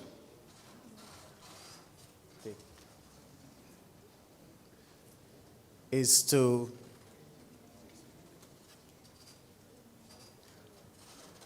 oh wait, no man, you don't have to stand it. You don't have to stand it.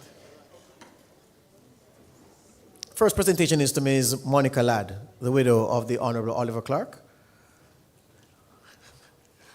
We didn't forget you. Come.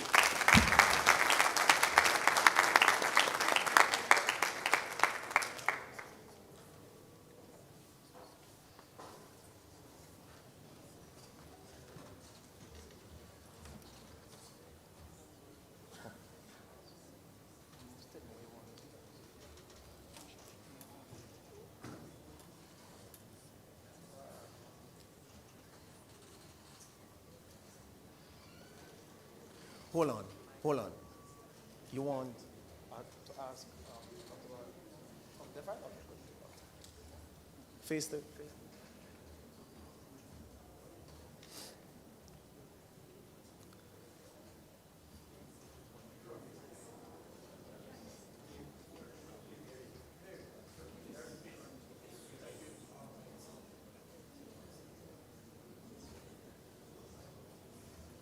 That's all right?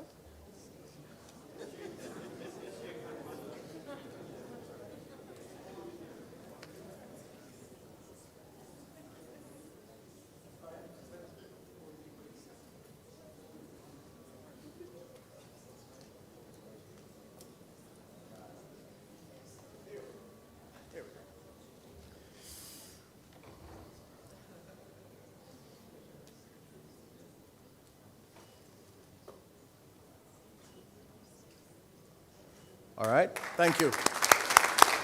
Woo. All right, the second presentation to Marcia Thompson, Esquire.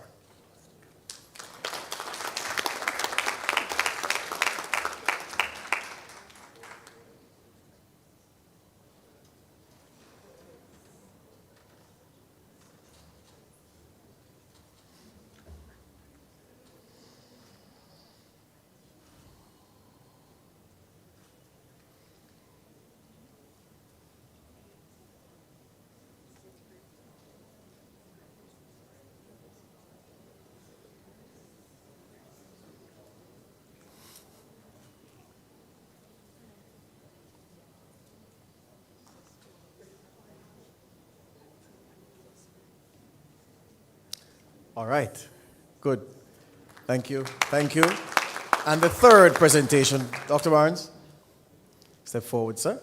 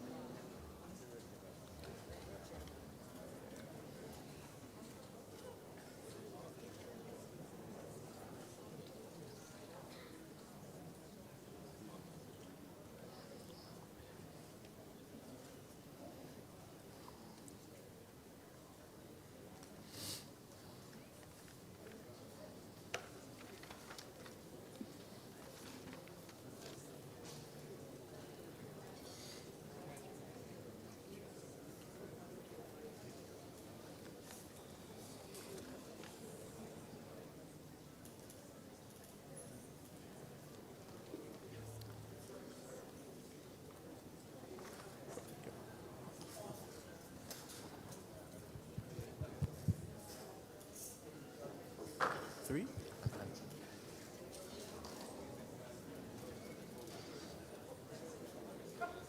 You want each person to hold it like this?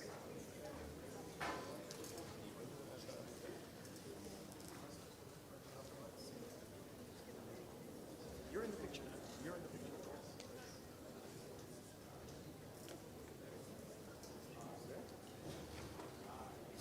Very good. That's it.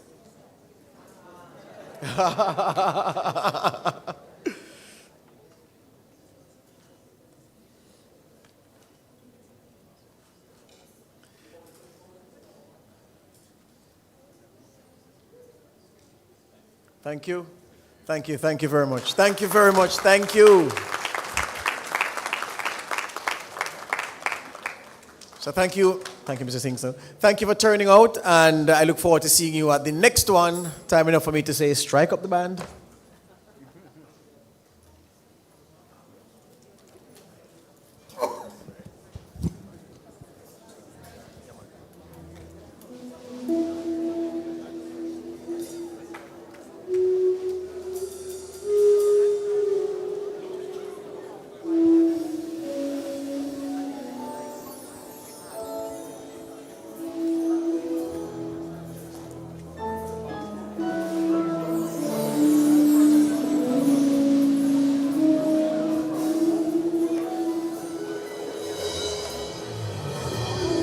Have you ever reached the rainbow's end?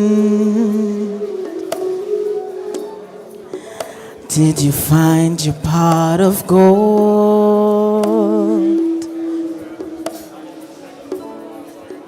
Ever catch a shooting star? Now tell me, how high did you soar? Ever felt like you were dreaming, just to find that you're awake, and the magic that surrounds you can lift you up and guide you on your way? I can see it in the stars across the sky. Dreamt 100,000 dreams before, now I finally realize. See, I've waited all my life for this moment to arrive, and finally,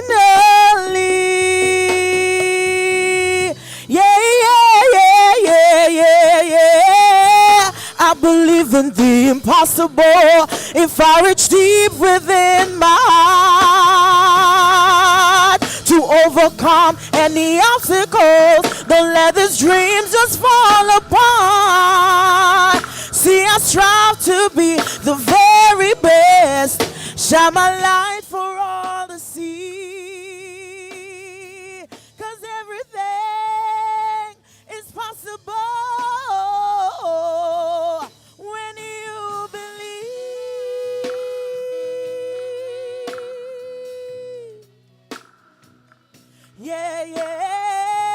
Dreamt 100,000 dreams before, now I finally arrived.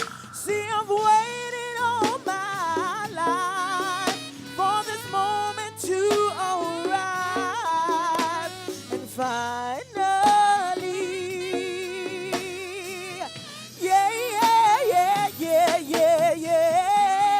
I believe in the impossible. If I reach deep within my heart, overcome any obstacles, don't let the dreams just